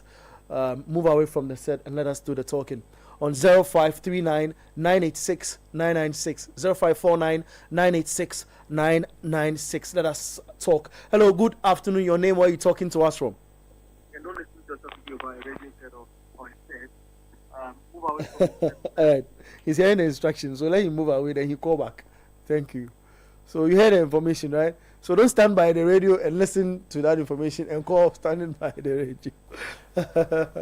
0539 986 996. 0549 986 996. Hello, good evening. It's good to say evening. No, good afternoon. Your name? Where are you talking to us from? My name is Steve. We're talking from North Tennessee. Steve, you love the Black Stars. Talk to us about the Black Stars. I love them. Tomorrow we are going to score 3-1. Nobody to shake it. No shaking. Thank you, Steve. Let's go like 3-1. Thank you, Steve. I take this scoreline in high esteem. Thank you very much. Thank you too. All right. Okay. So what's your prediction ahead of tomorrow's game? 0549 986 996 and 0539 986 996. Hello. Good afternoon. Your name? Where are you talking to us from? Hello. Yeah, hello. Yes, your name and where are you talking to us from, bro? Kofi, I'm calling from East Legon. All right, Kofi, let's hear from you. I mean, we've discussed a lot about our Black Stars. Do you see us winning tomorrow? I just wish the Black Stars, but that's why I can say. I'm not going to put out any prediction. To put out a prediction, like you have to. But who would you want to see? Who would you want to see in our setup? I'm a Ghanaian. What can I say? Always they win. If we don't win, then we get like that. I just want to. I don't understand why Oswaldo does so fancy Joseph Spencer. I just don't know why. Boy is a baller. That boy is a baller, and his end product is also good. I don't know why Oswaldo does not fancy that boy. But Jones and the plastic. Wow. I don't know. And the Cristiano Ronaldo Messi argument, I feel like there's a lot of disrespect among the fans that they direct all these two players. I'm a Messi sympathizer, but regardless, it doesn't take away the fact that both of them have done something great for the class. Okay, so I don't know if we can celebrate both of them without necessarily trying to be typical fans, and we try to discredit one because we sympathize with the other and here and there. I feel like there's too many disrespect that we feel among ourselves. So like, these are two great players. What they did, what they've done, it's something that I don't know if we will be able to get again. Today we have Mbappe, Yamal, but I just hope they can see that consistency that they give us. They didn't just do it like in the season and they go off and they come back to team like continuous and they say class, talent, it's just crazy. I just love them. Even though I look forward Messi more, I still love them. And the fans, we should stop the disrespect for talent. It doesn't help. Whether you like it or not, both of them are great players. That has great for us to enjoy. And before we go into the world, before you compare anybody to these two, make sure that player has been consistent for 8 years in a row before you start thinking of comparing them to them. That one off season show, are there now the players when you want to compare them to these two? Stop. Good afternoon. All right, thank you too very much. 0549986996, 0539986996. Hello, good afternoon. Your name, where are you talking to us from? Hello, please, I'm Mohammed. Yes, Mohammed. Talk to us. Yeah, we've spoken about from Dansuman, please. Dansuman. Okay, thank you. Yes. We've spoken at length about our Black Stars. What do you make of that? Actually, I was very, very disappointed with their performance, especially Gideon. Gideon didn't impress me at all. As if he was lost in the game. We don't know what he was doing. Actually, so we were praying that we will get good results against Mali. But actually calling in is because of the comment somebody or the text somebody brought in about Cristiano Ronaldo. Cristiano Ronaldo, they shouldn't be comparing him like he's playing with cheap teams. How many goals have Falcons been scoring against Honduras? Honduras played against England, the three Lions of England. How many goals did Hurricane score? But he's rated. A Cristiano Ronaldo of 40 years was able to always get to a ball that is getting to the net. So let's correct that guy. I mean, he's not playing with cheap teams to score goals. All right. He's not playing. Yeah. Okay. Yeah. So please let the guy know. It's not cheap teams that he plays to score goals. He's just a deadly striker and a finisher. He's a complete player. All right. Thank you. Thank you too very much, Mohammed. What's your take as well? We've not even shifted into the second half of the conversation, but I love the teasing. 0549986996, 0539986996. I love the teaser, because like I also say for the two, look, they're out of the world. These guys they are the guys every footballer is looking up to now. If you're a footballer, they'll mention. You let me go on to the line. We'll get into that. Hello, good afternoon. Your name, where are you talking to us from? I just use my submission and you just cut me off. I'm sorry, my brother. Finish it. Forgive me. See, these players, the way that when they come to Ghana, the way they play, like I don't understand. Like they are playing like they are playing. See, they should be serious. They should be serious when they get to the pitch. See, they are not playing for free. They are sweating. They are working hard. It's a tax money that are using to pay them. It's like when they are playing the ball on the field. But they don't care. Like they are doing us a favor. Yes, I don't see the coach. We can say the coach is not good, but them too they should force on the field. Okay. They should kill themselves on the field. Kill themselves for the nation, for the flag. You don't see any intensity when they are playing the ball. No passion. It's like they are doing us a favor. And you are not playing the game for free. If you know that if you have been called to the Blasters, you know you can play. Don't come. Simple. That's don't all. Come and play anyhow you like. That's all. Don't come. That's all. Don't come. That's all. Thank you. But your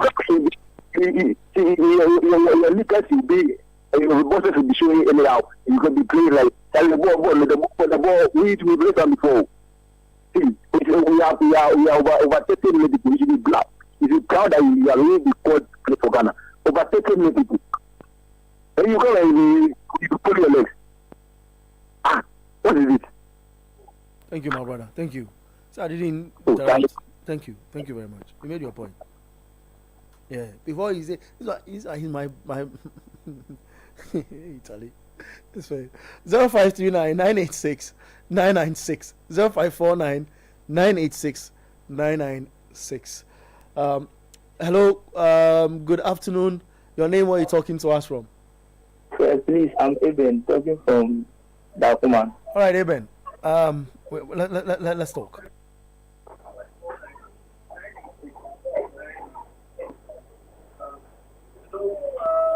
Eben, you can't be listening to yourself. You can't be listening to yourself on radio. Let's talk. I'm here for you. Okay, please. I want to know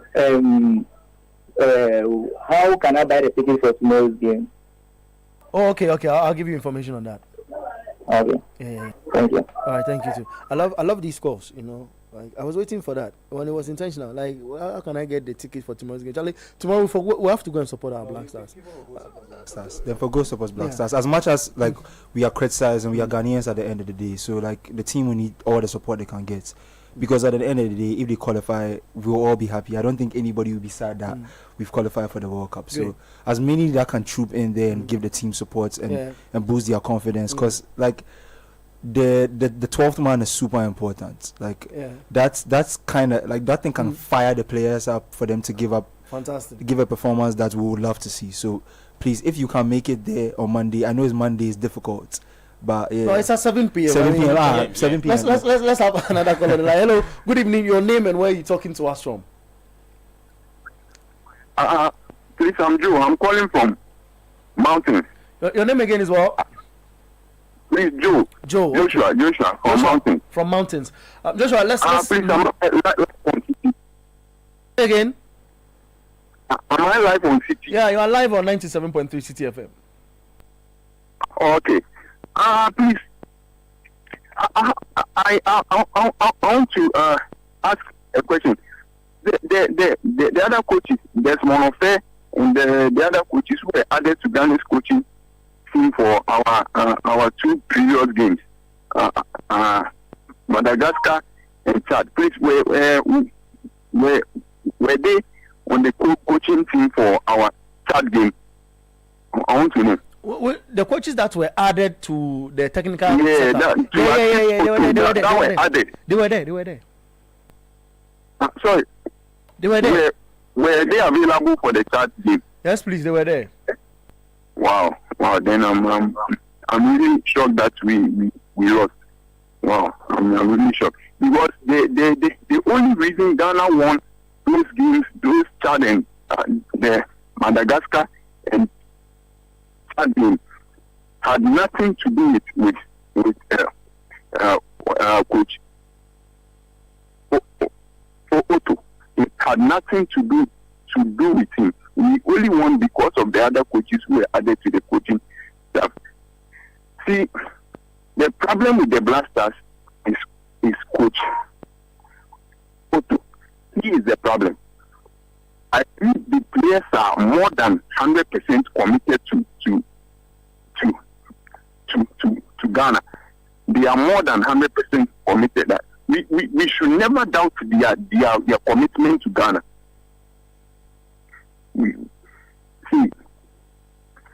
I believe that. Hello.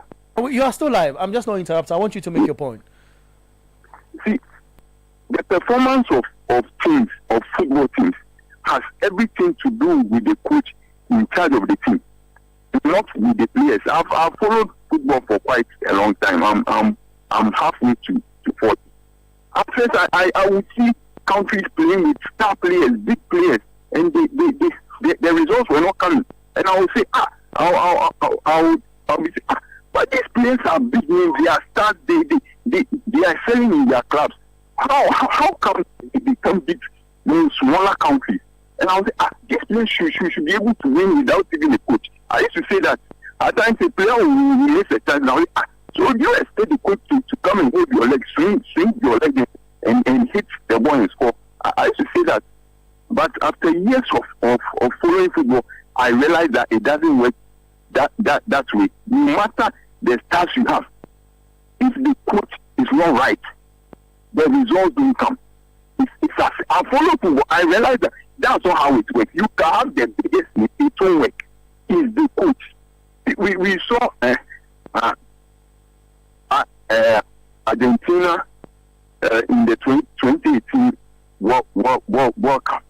Argentina went out in the group stage. Though they had all the big names and stars.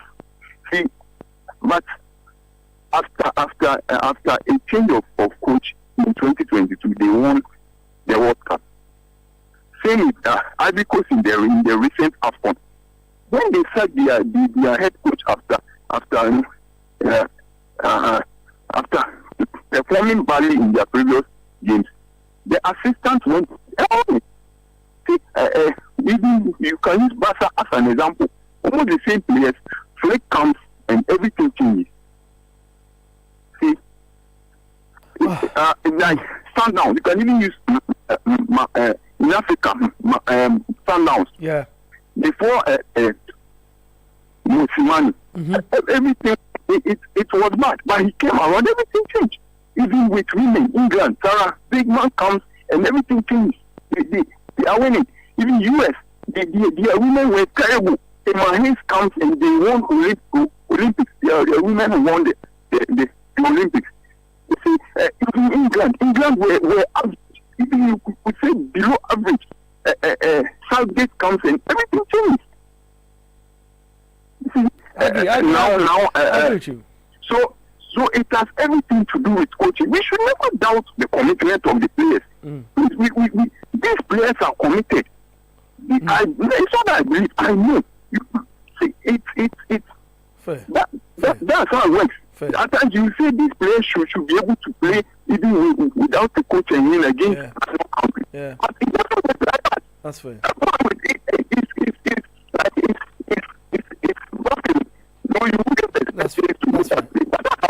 That's fine.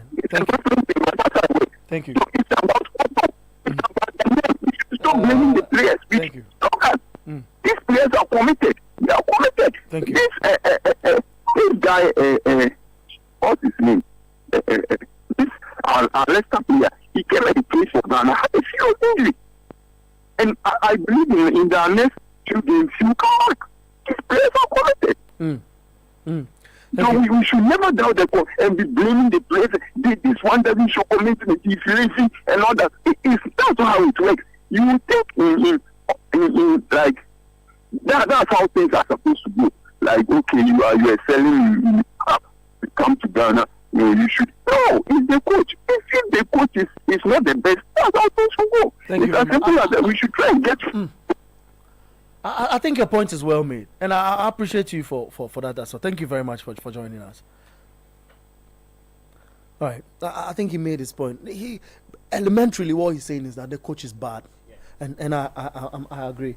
Let me pick about 2 more calls. We go on a break. We'll come back, read some messages, and go. Let's pick some calls. 0549986996. Hello. Good afternoon. Your name and where are you talking to us from? Good afternoon. This is Maxwell, calling from the Oya. All right. Your name again is Maxwell. All right. Let's hear from you, Maxwell.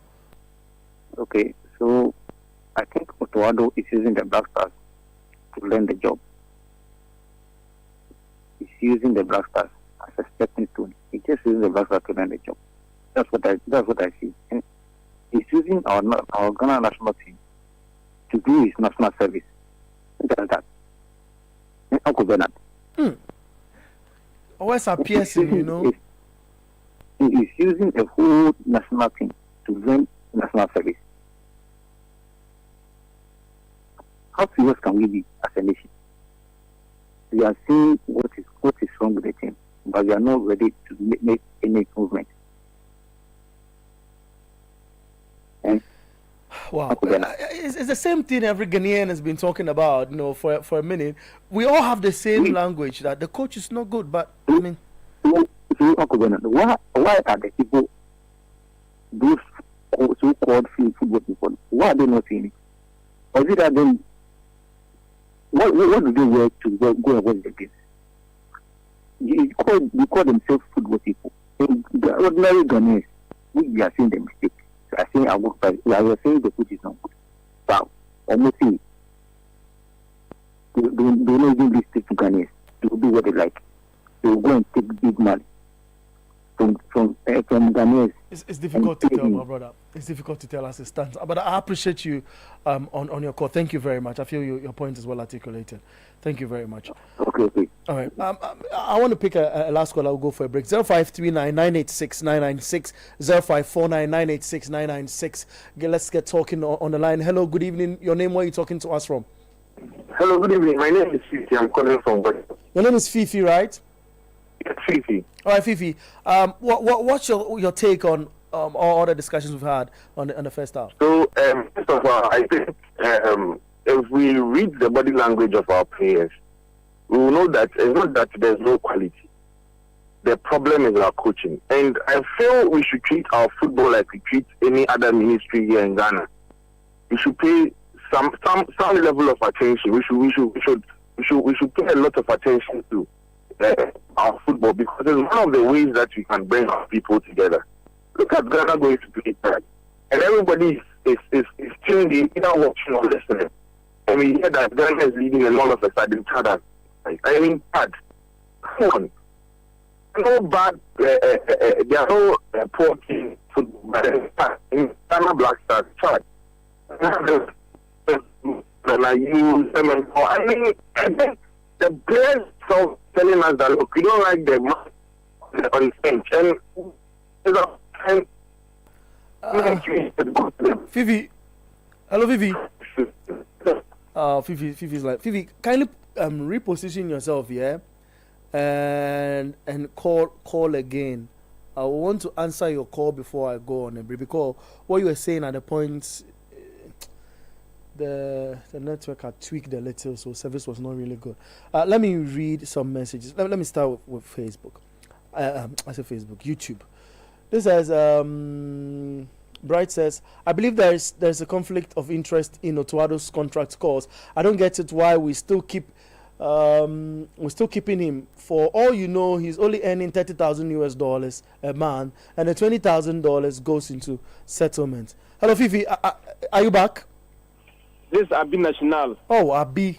I want Fifi to call. Let me hear from you, Abi National. Abi National from Wa. Thank you, Abi. Yeah, my brother, why I say? I'm positive. How are you too? Cool things are going on. Thank you. Let's hear from you. There's something I want to say. I said it yesterday and I want to repeat again. Bernard. Brother. Look, you know there was a primaries at Tamale yesterday. Yes. And Ghana television stations, many of them, they were there from morning to evening. Okay. So they were doing the coverage live. I said it yesterday, and one of your colleagues said that it's a right. Master, so Ghana, we can't buy the right 90 minutes for Ghanaians to watch football. Blaster is playing in Accra. And if you don't leave your work and go and pay for DSTV, you cannot watch Blaster in Ghana. I said it. I said last week I returned from Burkina Faso. When Burkina is playing, their national team is playing. Master, you can tune in any television and you watch it. Ghana, we cannot buy a right 90 minutes for us. But when politicians are doing their politics, you can go there. Television station will go there from morning to evening. 10 hours, 12 hours. They are covering it live. And you want Black Stars to go forward. When we watch, we pray for the team to win. When we don't watch, we pray that the team should not win. Because even if you can't buy a right for us,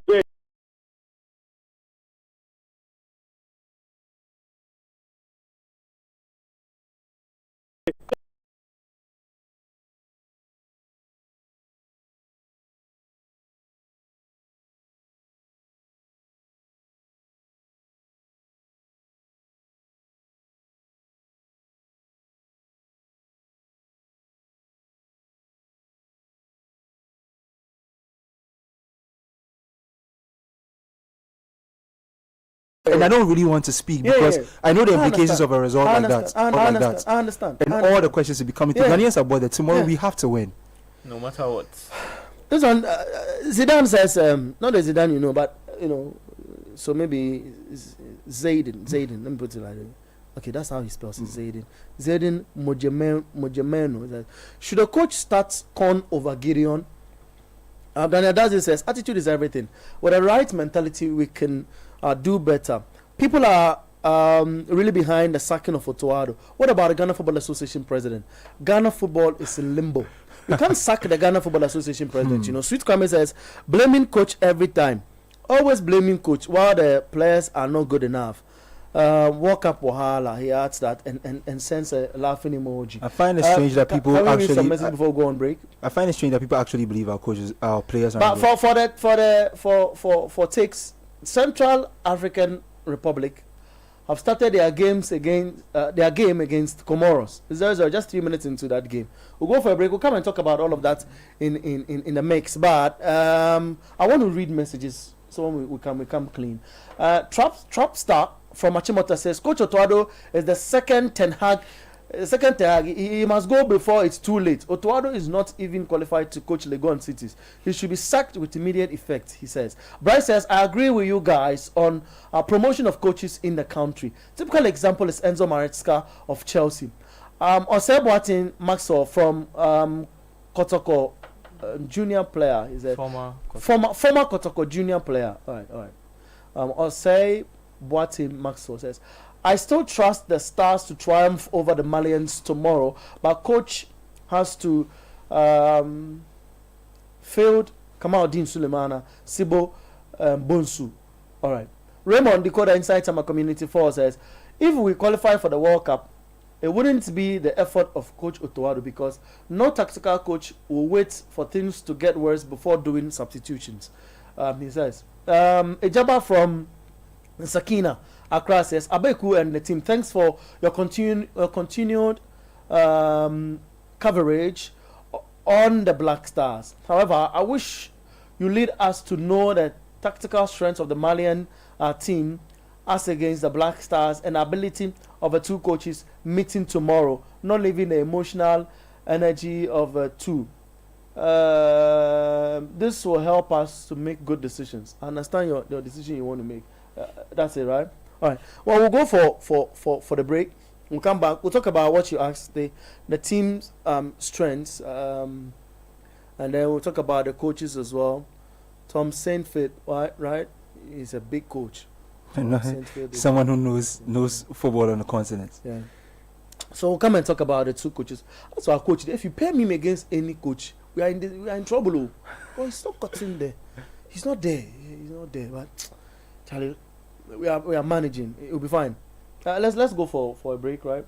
When we return, there's a lot to do on the Republic of Football. This is 97.3 Citi FM. We're live on YouTube at Citi Sports Ghana. Join us there. You can watch us live in studio. You leave your comments in there. We'll be reading them for you. Also on our WhatsApp console on 0549 986 996. The first half, we're done with it. We're done with calls as well. We'll get you again on the second half of the show when we return, do the discussion, and open the phone lines. We're about to talk about the big argument. The GOATs will be on the table for some slaughter. Commercial break. When we return back in studio, there's more. This is 97.3 Citi FM. I am Bernard Abeko together with Edem Kai and Kobdama for On the Republic of Football. We're back.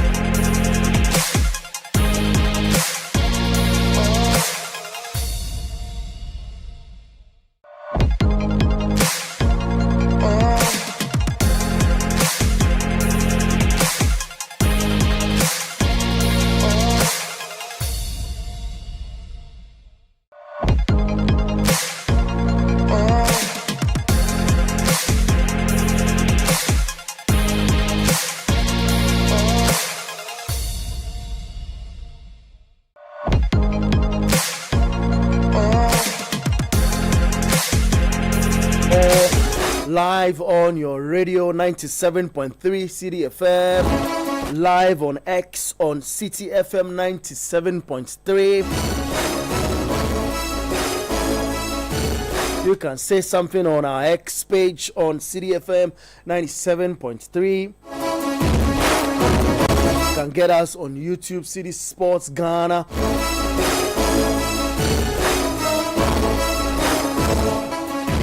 We are live on Channel 1 TV, on TV. We are live on all the platforms available for you to, catch a glimpse. If you're occupied on your phone, you can tune in on our radio. Then the best place for you to be is just checking on YouTube if you want to watch what's happening in studio. Welcome back on the show.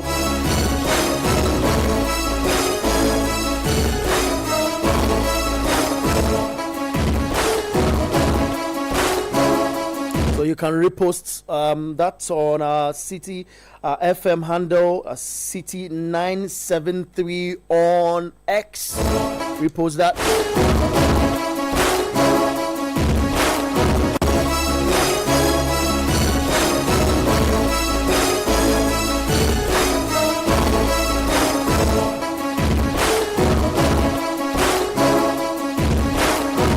Now the big argument is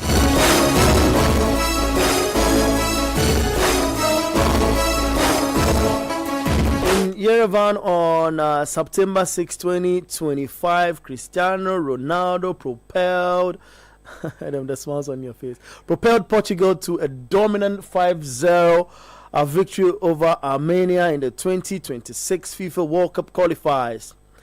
So the iconic 40-year superstar scored a brace, and he breaks a certain record that Lionel Messi had for most goals in the World Cup qualifiers with 38, while reaching 140 international goals and 942 career goals.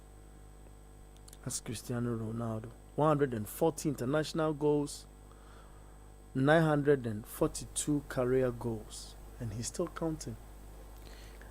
It's not even about the Cristiano Ronaldo. Okay. I'm talking about the Netherlands game which Memphis Depay just scored, and okay. he just set a record. He's the what's the name? He's now the outright all-time top goal scorer with 51 goals for Holland. Memphis. Yes. Yeah. Memphis. If he's on holidays, he comes to Ghana. Yes. Yeah, I saw Chalewa had that. Yeah. So let me for that purpose, we come into the analysis of the two greats, Ronaldo and but Messi. Someone was asking about Mali's coach. Yeah, let's finish that. I'll do the updates, and then we'll get into the discussion. Then I'll open the phone lines again for them to join that discussion. Yeah, so we're comparing the two coaches. For analysis sake, he says he wanted to know the style of the two coaches we have, the experiences the two coaches have gathered, and possibly we've discussed the players already. Permit that too. So Thompson, what's Thompson Fee is a 52-year-old Belgian man. Let's put on record that Thompson Fee applied for the Black Stars job. Yes, he applied for the Black Stars job. He was one of the people who applied for the job when he came up. He's 52 years old. He played as a midfielder during his playing days. Yeah. He's coached a lot of teams, especially on the continent. His coaching has made him very experienced on the continent. He's coached Namibia, he's coached Zimbabwe, he's coached Ethiopia, he's coached Malawi, he's coached Togo, he's coached Gambia, and now he's with Mali. That's in addition to countries across other continents. He's been at the Philippines, he's coached for Malta, he's done Trinidad and Tobago, Bangladesh, he's been in Yemen, he's done the Qatar under 17s. His CV is rich. And for Mali, he's been very, very, very balanced. If you compare his tenure in Mali to some of the other African countries he's coached for, he has more resources and more quality in Mali. As some of the other African countries, he usually likes to play in a deep block.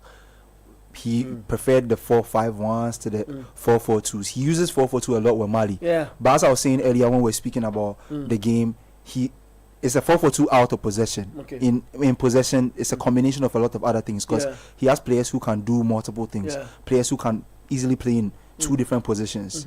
Like, so that makes his team very, very balanced. Flexible and all of that. In the AFCON qualifying, they were the best defensive team across the qualifying series. Defensive wise, they are very astute. They don't let too many goals in. And he sets up his team in a way where they have a combination of almost everything. They can possess the ball if they need to. They can hit you on the counter with quick breaks. So that's why I wouldn't really be too happy about Ghana playing a 4-3-3 against them. I'd rather a 4-2-3-1 or a back three so that when we are off the ball, we can have more cover because they can transition quickly if they need to. They are a team that can morph into different things at different times if you need to. The man's experience makes him a very, very adaptable coach. So we are up against it. He's managed over 100 games at senior level as a coach. So that's in opposition to Otto. Otto's body of work at senior level is with Ghana. The amount of games he's managed in comparison to Tom Safit is not even half of that. So if it's per experience, it's a losing game for Otto Addo, but those things don't win the game on the day. So we'll have to see what happens tomorrow. I just want to add up to what Adam was saying. So there's two things about him that Otto Addo really needs to check tomorrow. If you check when he was even at the Gambia, and they were even playing the AFCON, he lies mostly on strength of their midfield, like physically. So when you're a player and you are not physically built and very strong in midfield, he will not use you. And when you check the Malians, most of them they are tall. They are very tall. They are tall guys. And tall big guys. Another thing is because of how tall they are, he doesn't joke with set pieces. So the Malians and him especially, he trains the players for set pieces. So tomorrow, corner kicks, we shouldn't allow them to get fouls closer to the box because when we do that, they'll punish us with just that one corner kick or maybe one of the fouls. Because I've noticed very well that with Ghana especially, we are not too good in set pieces. Our set piece defending in the qualifiers has been suspect. Yes, so we are going to meet a team that is so good, and the coach likes a system of play, his best in set pieces. So we have a tall order tomorrow. Wow. So that's it for your message. But the games that are currently ongoing is the Lithuania Netherlands game, which Kobina spoke of, the 1-0 Memphis record. Memphis naturally should have been playing for the Black Stars, but you never know. Georgia beats Bulgaria by 3-0. There's a Central African Republic taking on Comoros. Is 0-0, 18 minutes. They're in Ghana's group I. 18 minutes in the game is Comoros 0, Central African Republic 0. We wait to see what unfolds from that. Ghanaians are playing as a draw. Say? Ghanaians are playing as a draw. North Macedonia beating Liechtenstein by a 0. There's Belgium, Kazakhstan later at 6:45. Poland, Finland at 6:45. As well, there's Turkey, Spain at 6:45. Giants game it is. Giants game. Big game because of the win today in the group game earlier. Georgia. Yeah, Georgia's win kind of blows the group open. So all teams are currently on 3 points. That's all true. those three teams: Spain, Turkey, with the exception of Bulgaria. With the exception of Bulgaria, so it makes the group a bit more difficult now. So either Turkey or Spain will want to win to kind of distance themselves for the rest of the pack at the moment. So I'm expecting a really fiery game. There will be a lot of talents on display. From Spain. Yildiz, Juventus, Turkey, Arda Güler. I love that guy. Yeah, Yildiz is a really fantastic player. I love him. 2-footed, can go both ways. Likes and to come he's not selfish. Yeah. I love it. He likes to go wide a little and cut across for an easy. What I like is how daring he is. He likes to take the game to fullbacks. Yeah. I like that about him a lot. I think it's be a really great game today. I want to see how Spain will manage themselves against Turkey. I think Turkey are a team that can really, really trouble them. So I'm looking for a game full of goals tonight. So we'll be dropping the games which are live into our discussion. But I mean the discussion of Cristiano Ronaldo, on the record in terms of the number of goals for his country, surpassing Messi. Do you feel that even at this age, these guys keep giving us memories to live with? And you think, like somebody said in the comments box, these guys have been disrespected. It's a goal. Comoros. It's a goal. Comoros. It's a goal for Comoros. Yes. What would that mean for Ghana's group though? So now Comoros will now have 15 points. That puts a lot. You can see how they are celebrating. Yeah. 15 points. A lot of pressure. Is it 15 or 13? 15. 15? You should take them to 13. Take them to 13 because they had 9, 10, 11, 12. No, they had 10. They had 10. So they had 10. It was 16 for Ghana. No, okay. Well, it actually should be 15. It should be 15. They were 12. They were 12 coming 15. into this. So this match it should be 15 points. Really? Yeah. Yes. Should be 15. 15 points. Okay, 15. 15 points. A lot of pressure. A lot of pressure. That means they are just 1 point behind us. Just 1 point. And Comoros will come to Ghana to play against Ghana at Accra Sports Stadium. So should this the last game? That's the last game of the qualifier. Central African Should Republic this result stay the same? Truthfully, even if Madagascar are the ones that win. If we allow Mali to win, that's another 15. Yes, and that is. Or that will exceed 15. That's 15. That's another 15. That's another 15. Yes. Yeah, that's and you can have 2 15s behind you on 16. Yeah. And another thing is Madagascar will play home to Chad tomorrow. Madagascar play home to Chad tomorrow. And it's likely Madagascar will win. So if Madagascar wins tomorrow, it will go to 16. Now they're on par with us. That's why the draw against Chad. That's why the draw in this country, every time we have to use calculator. Yeah, what's our problem? That's why the draw has when we started the show, I said the draw has unnecessarily complicated our qualification. Yeah, you mentioned that. For no reason. We shouldn't be in this position if we took matters into our own hands.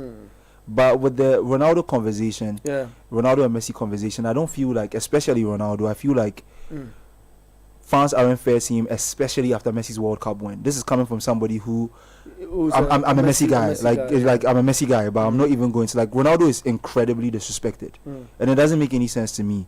There's this narrative about both of them that one is talented and it's just by virtue of talents that one stands ahead of the other, and one is just hard work that makes him stand out that much. I find it ridiculous. Both of them are talented and both of them are incredible hard workers. You don't get to the level they've gotten at in football without hard work. You just don't use talent to get to there. We've seen play. Neymar is incredibly talented. Did he match up to them in terms of legacy, numbers and achievements? No. So I just feel like it's not fair to Ronaldo mentioning Liechtenstein and teams that he scored against. If there were strikers who were as good as him to put up those numbers, they would have. We've seen players have played before our times who should have put up those numbers against those teams when they had the opportunity, or are mistaken. We've seen great strikers have played the game way before Ronaldo. Great strikers, really great strikers, and they didn't put up those numbers. That means the man is special in some regard. And I'm not usually the guy to be on air or even in any conversation arguing for Ronaldo, but the disrespect is incredible. Shouldn't be happening. You understand? And Messi, yes, Messi has won the World Cup, and per an objective conversation, as I say, that should edge the greatest of all time for our era conversation. Because I don't like to call one person the greatest of all time. I think it's a conversation that should be had in terms of eras. Okay. So if we are picking this era, if we are picking this era, we are seeing the greatest of all time for our era. It's if you want to be objective, Messi should edge him because of the World Cup win. Because most of the greats have won. Most of the greats have. Most of the people we put. In terms of laurels, we put in our conversation have won the World Cup. But on a personal level, it is completely okay for somebody to say Ronaldo is his GOAT. Because Ronaldo has achieved incredible things. Like I say, me personally, Ronaldo is my GOAT. You know what? Because I feel, look, in all honesty, I've watched Messi, little Messi, and what he did, little Messi, scoring close to 500. Because you know those period of his life, many of the goals were not even recorded for keeps. But if you watch things like his documentary, when he started up, before he got to Barca, La Masia, right? For them to help him out with his illness and what have you. The guy was scoring. And he was playing above his pace, right? So me, for example, I'm a Ronaldo guy. And I'm a Ronaldo guy because of Messi motivated him to be better. I don't take that argument out. I watched an interview where Messi was saying that he doesn't think he'll become the kind of player he is now if Ronaldo didn't exist. Wow. They both pushed each other. They both pushed each other. There were weekends we were watching them reply each other. Yeah. One person hits a hat trick. Yeah, the next day someone hit the braceman. Yeah. Braceman comes, a brace and 2 goals. Yeah. Then they keep doing it. They take it to midweek Europe. Yeah. One hits a hat trick. One replies. Like it was ridiculous. Yeah. Like that level of consistency, performance, output over a decade. It's ridiculous. Like you understand. So I understand the guy saying respect. If for an objective conversation, if you want to put somebody ahead of somebody, you can use those kind of metrics and say, oh, Messi won the World Cup. Messi, like, so if he puts the against Ronaldo's own, it should make him edge Ronaldo. But if somebody is arguing and says that he thinks Ronaldo is his guy, he's well on within that right to feel that. Because some of the things, Portugal hadn't won a Euro before Ronaldo. And a lot of people say he didn't play in the final. But, bro, we saw what he did in that tournament. Portugal were one of the best placed third teams in that tournament. Now, this is where I want to take this argument to. And I want you to hold on a second, and I want to find out from you, Kobina. There are a lot of young guys who come up and say, I look up to Messi. Oh, Messi is our idol. Ronaldo. Do you feel the current crop of players we have, the Garnachos, the Marcus Rashfords, to some extent, Lamine, because they brought him into the argument. They brought Yamal into the argument. And people want to do this comparison. Do you feel these guys are living up to the billing, or you feel they've disappointed a bit? Yamal, a different case, altogether, because he just began this new kid on the block. But for the Garnachos, the Rashford, the Mbappes, the Haalands, did you feel they are living up to the billing, of giving the new crop of football lovers who started watching game by falling in love with these guys, the opportunity to see, for the many years we saw these guys to that level, the new crop, because they are playing games. And I see Rashford yanked off yesterday. I see Garnacho not called up into national team because of his behavior. Speaking of this manager, I've seen a number of these guys come up, and they don't really, I thought James Rodriguez was going to be the next guy to watch, but he didn't get to that level. Neymar, imagine me with Neymar. As for Neymar, I don't want Neymar. He breaks your heart. Neymar breaks my heart. Honestly, because I think Neymar is a bit of, he was not focused enough. He loses concentration. A lot. Neymar, and even to the point that his father was forcing. And I was telling Daniel's some few minutes ago before we started the show. I was telling him that, look, Neymar's father got him everything around him possible. Neymar, everything. He literally hired his friends and paid them on monthly, stipend for them to stay around Neymar, so he wouldn't be distracted by outside friends, new friends in his column. But I didn't even know this. No, it's on, and this I say, it's on Netflix. Neymar's life documentary. I've seen it, but I've not seen the documentary. So you should watch it entirely, to its full, and you understand and appreciate what he's done. Paying people to. His father, Neymar had actually, how do we call it? A football agency behind him that manages his entire football portfolio. So the time he got into Madrid, decided not to want to play for Real Madrid and shifted his focus, came back to Santos. Everything is well documented, together with his friends with him in the house, keeping his company, playing games, going out with his friends. Like that's bracket. So I say these guys who wanted to emulate the likes of Messi and Ronaldo, did they do football good to that level? It is because Ronaldo has made this record, and we want to preserve the greats we have in the game. And this next generation of footballers, now it's international assignment. Are they having the impact that these two greats had? For me, I just feel like just one player I can just say he can kind of get closer to what Messi, Ronaldo did as Mbappe. For the rest, I feel like they are not consistent. Especially Haaland, like this, is not consistent. He's not really consistent when it comes to club football. There are some games he doesn't play well. There are some games you don't see him scoring. When it comes to the national team, the same thing applies to him. Maybe you might say because he is not fortunate to be playing for one of the top national teams in the world, so that is why maybe you might also think about that. But the likes of Garnacho, Rashford, you could see it's attitudinal, like discipline. They really needs to. There are players that they really need to talk to them, because I'm very sure if Messi, Ronaldo were also having kind of indiscipline in them, they weren't too well. I'm sure where they are right now, I'm not sure we'll be talking about them, and even people will be using them as their role models and other things. But for the new guys coming in, it's like when the football, I can even add Lamine Yamal to it. When they play so well and they are being praised so well, it enters into their head, and that is when they mess up. That's when they have to do things that they are not supposed to be doing. Because as a young player coming up, there are some things that you know very well that when you do it, it's not really going to help you. It's not really going to make you play the good football or for you to be very consistent. But you see these players doing that. You see some of them from this woman to another woman to this, or they are always. That's why, and I was telling Adam the last time, and I like how Adam stares at me. I was telling Adam the last time about Lamine Yamal. He has to be checked. Yeah, he has to be checked. It's one of the reasons why. Well, let me not say this. It might just diffuse my argument. When you bring in the argument of why Rashford should be allowed in the Barcelona setup. But look, Yamal is technically gifted to stay consistent for 10 years. Yeah, that's very true. Yeah. If he is not well checked, the tangent he's going on. Not good for football. It's not good. He's a very good footballer. Not good. And Barcelona have gotten a coach who is a model for. Sorry to be taking the voice out of you, but it's gotten a coach who is a model for young and upcoming coaches, and even some of the big so-called big coaches look up to the Barcelona coach as a big guy in the space.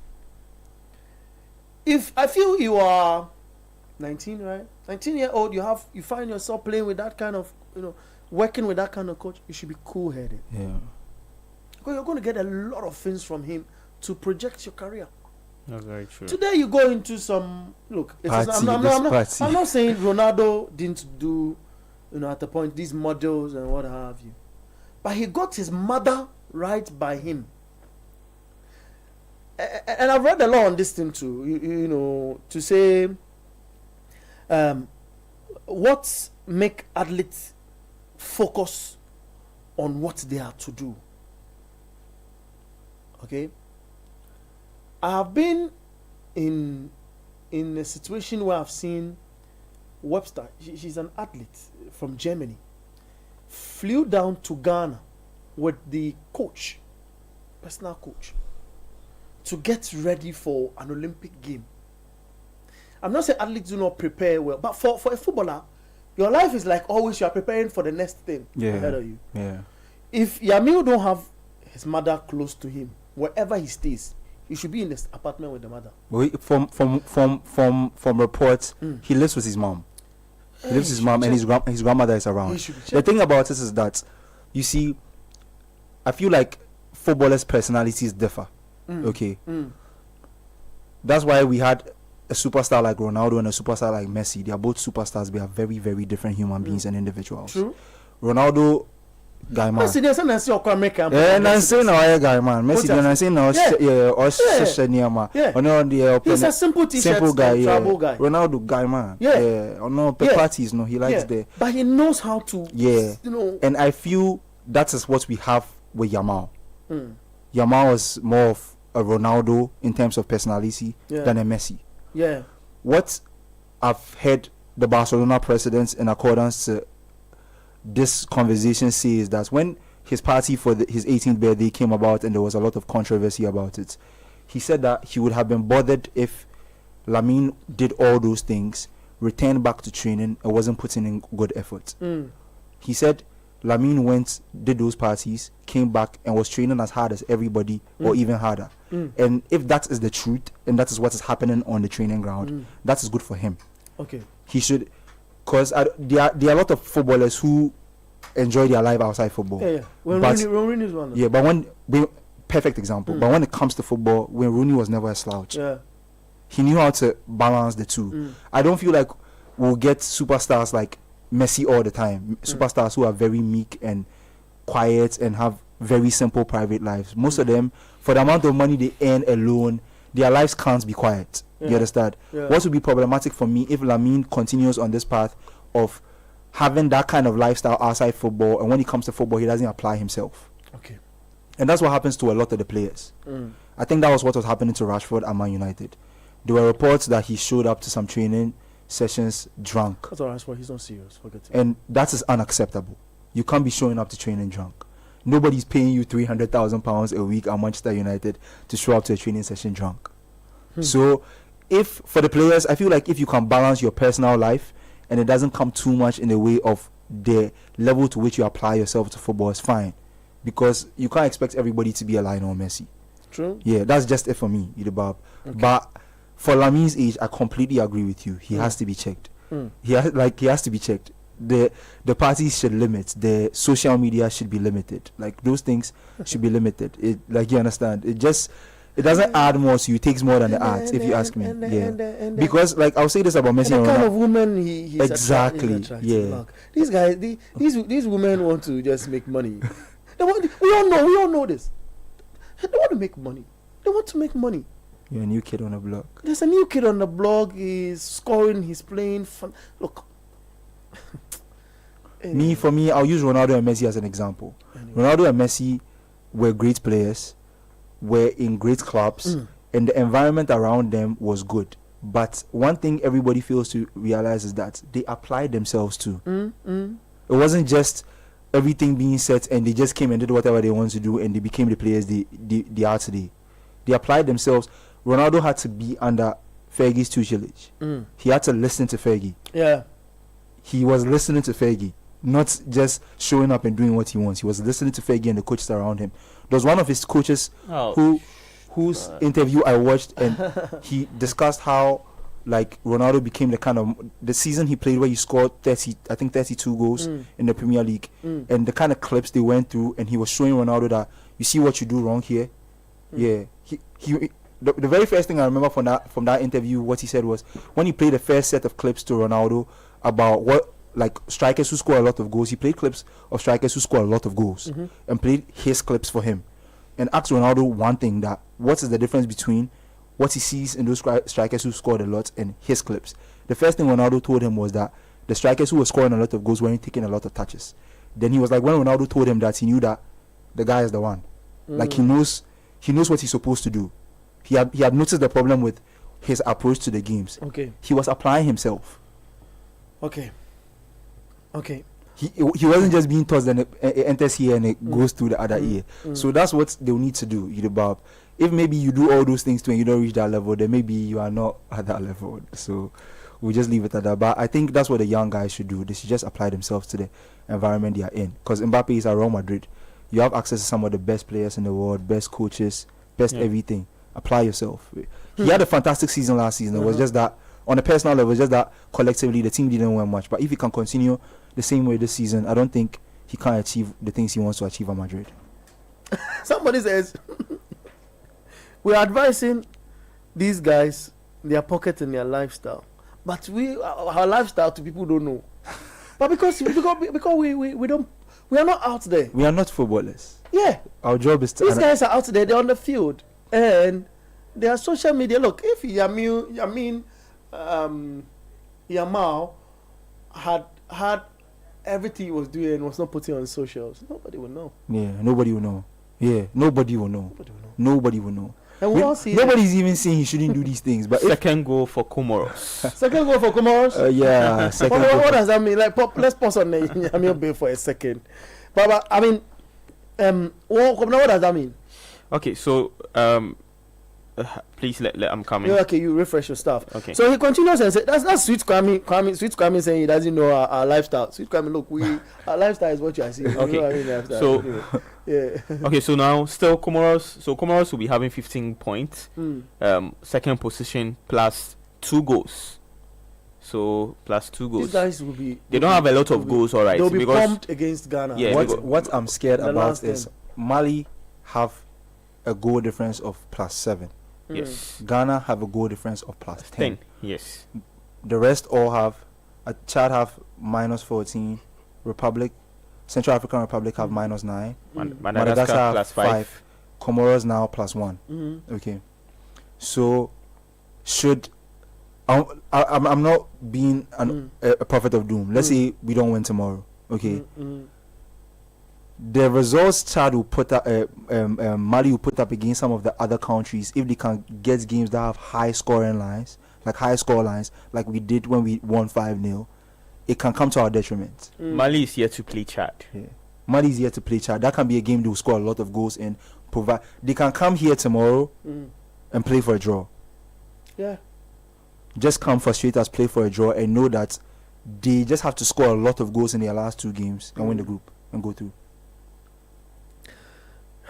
Interesting stuff. So it just. But Comoros, it's 40 minutes in that game. Comoros leading Central African Republic by 2-0. And for the Netherlands game, it's Netherlands 2, Lithuania 1. And that's 40 minutes played as well in that game. So I'll read messages. Not Macedonia are still leading Liechtenstein by a goal to 0. Initially when we started this argument, Sweet Kwame was like, we should put the argument out. But he's now fancying the argument. He says, putting pressure on Yamal, let him have fun and play. He laughs. He adds a laughing emoji to that. He says, Messi enjoys himself, but he's quiet.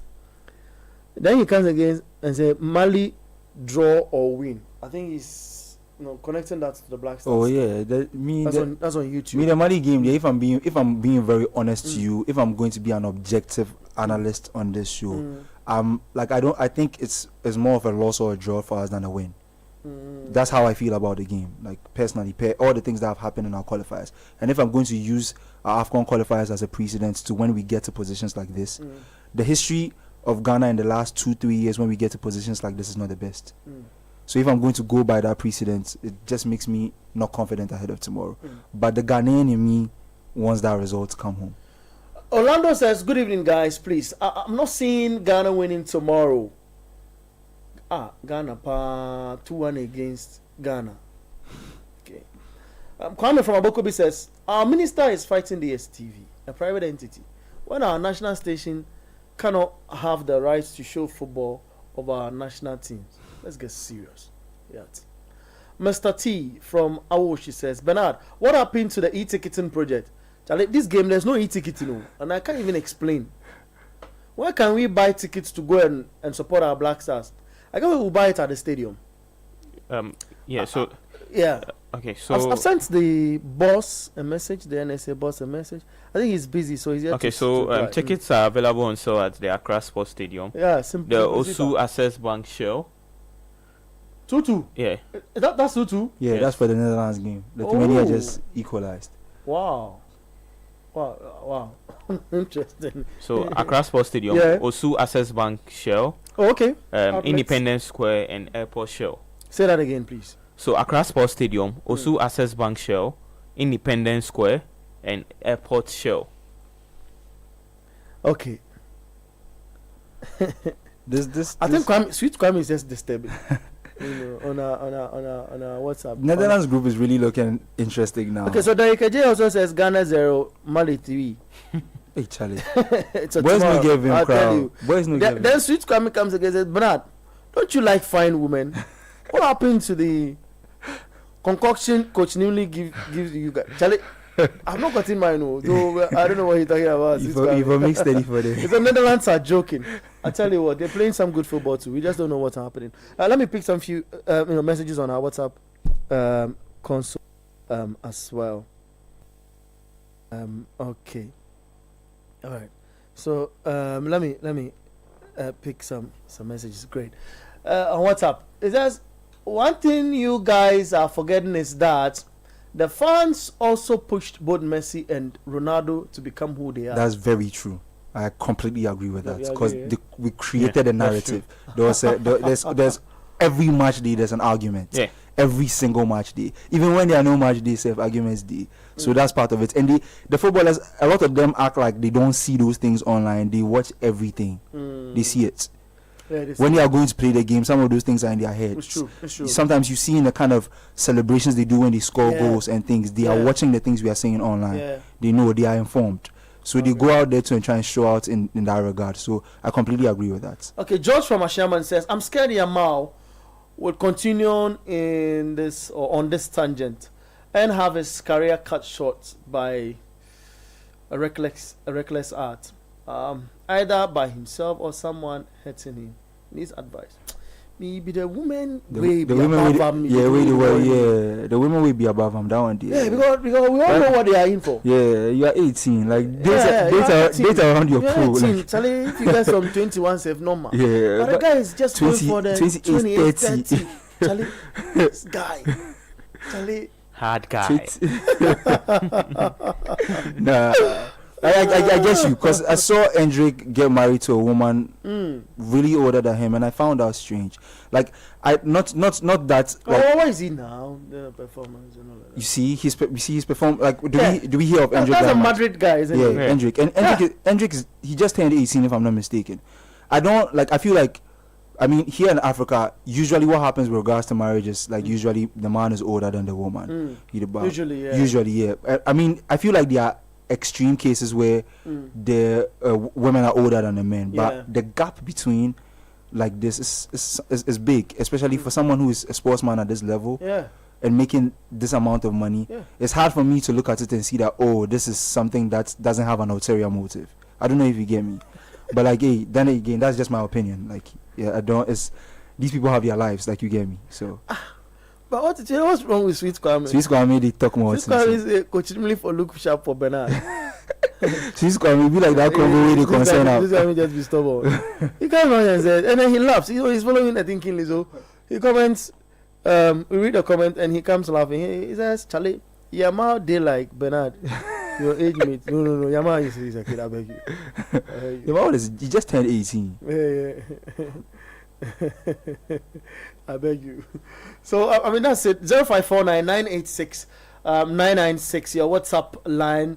0549 986 996. Just Hendrik was rushed into the Madrid team. You agree? That's what Kwame is saying. I don't think so. You don't think so? No. So if you watch the guy, the boy he was playing before at Palmares. Apparently, Madrid had even wanted him earlier, but they had to wait because he wasn't of age. Absolutely. I just feel when he came to, I think what happened to him at Madrid was because of the way Carlo Ancelotti manages the team. Carlo kind of trusts veterans more than youngsters. If you watch how he picks teams, generally he would rather trust a more seasoned veteran. It's just how he approaches things. I think it's something that's characteristic of Italian managers. Okay. They will trust experience ahead of youth. I think Dutch managers are kind of Dutch managers don't really mind. If you're young and you can play, they give you the opportunity. But Italian managers is quite typical of them to put their trust in their veterans. So I think that was just it. He wasn't getting as much playing time as he was getting in Brazil, and it just kind of like that thing kind of stunts your development. One thing people fail to give credit to some of these managers for who took charge of some of these well-beater talents, like for example Leo and Cristiano, is that they saw the talent, spotted the talent early, and gave the talent opportunity. That makes a lot of difference, because Messi broke into the Barcelona team at 18, 19. Ronaldo same. So there's an argument here Kwame would want to advance, but I think it falls in what you're trying to do. 18, 19. And when those coaches saw the talents, they gave them the opportunity. They made them play. And that when you make them play like that. And there's one thing I don't know if you know about Messi. When they brought him to the Barcelona setup first, the senior boys were scared.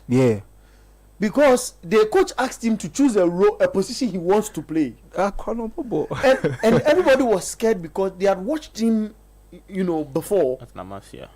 And even in training grounds. So everybody was scared that the senior players were scared that if he takes our position, if he takes my position, that's my end. But the guy knows how to play. So I don't think moving young players to bigger teams quickly, in quotes, really affects them. It's about the focus and who's around the young player. And his thing too is that there's some level of talent you can't look at and turn your eye away. I don't know if you understand. So it's half time. Comoros to Central African Republic 0. Lithuania and Netherlands is 2-2, at the break. That's just how I feel. There's some talents you can't look at and be like, I shouldn't give this talent a chance. Like, see, the Arsenal have this new kid, Max Dalman.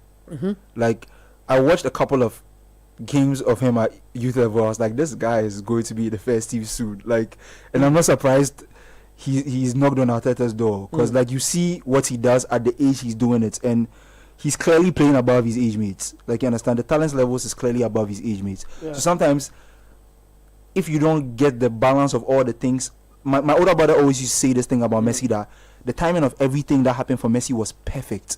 How many times do you get these number of players who played at youth level that get promoted to a senior team at the same time, with all these conditions meeting at the same time? Like, it was almost like perfect timing in the grand scheme of things. And sometimes those things don't align for every player. I don't think they align for Edric because Messi got promoted to the senior level. It didn't take long. There was a managerial change. A new coach came with fresh ideas. He wanted to count on the youth. Everything just kind of coincided at one time and worked perfectly. Sometimes it doesn't. All those factors don't align for all the talents like that. Yeah, so we're talking about the legacy of Lionel Messi and Cristiano Ronaldo here on the Republic of Football in our second half of the show. I promised I was going to allow you come in, but difficult. The timing won't allow me, have your points well made. So please, I beg you, forgive me. Okay, we're talking about the legacy of Lionel Messi, Cristiano Ronaldo on their national teams, and the young guys who look up to them and what they've done, or whether they are living up to the bill, and what they should do to get to live up to the level where these guys live. In the mix, we are allowing you put your message across in relation to Otuado. Now, Tankas says, if Otuado draws the match tomorrow, he should be sacked immediately without any press conference. I don't want to listen to it. Because he's also bad answering questions. Yeah. Sometimes with the kind of answers he gives, he rather puts himself into some tight corner that people come back to just talk about it. We have few questions, for you. Let's do the questions bit in the last 9 minutes or 8. Then we'll go. Kwame says, is ego of footballers right in football? Like Ronaldinho had an ego, but was consistent with his play. No top level athlete to that level doesn't walk around without an ego. You can't even perform to the level you need to perform at if there isn't a little bit of element of ego in you. So the ego is needed, is whether it's checked and how you apply it to your career. If your ego is that of the Bewa Balotelli, we know where it takes you. 100%. If your ego is that guy, if he was calm and little, fantastic footballer, technically gifted, fantastic footballer, but attitude problems. If your ego is that of Cristiano Ronaldo, I think we know where you're headed. So I think it's just about the application of Lionel Messi as well. Yeah, Lionel Messi, because a lot of people think Messi doesn't have an ego. It's a lie. I tell you. Like, he knows. I realized that from a positive ego. Yeah, it's a positive ego. When they asked him about, there was one time they asked him during the peak of their powers, they asked them about the best players in the world, and he excluded he and Ronaldo off the list. That's because they can't fall. Yeah, they can't fall. They're out of that bracket, exactly. So he knows that he's in that category with Ronaldo, and they have to be excluded. Then they talk about the other guys. So there's an element of ego there, but it's just how you apply it. Okay. More of the messages on our WhatsApp console. We'll clear that one and all of that. Kwame says Ronaldinho also had ego, but some fans don't like him. See, that Ronaldinho's ego is a different kind of ego altogether, and I love him. Samba boy. I love him. He'll prove you wrong. Yeah, he's smiling through it all. Yeah. Even he talks about Ibrahimovic, but Ronaldinho also had an a big ego. But Ibrahimovic even achieved a lot. A lot. I think he didn't win the Champions League, but he won multiple league titles, multiple trophies with the clubs he played for. So I think and scored crazy goals. Like so. Hendrik is injured.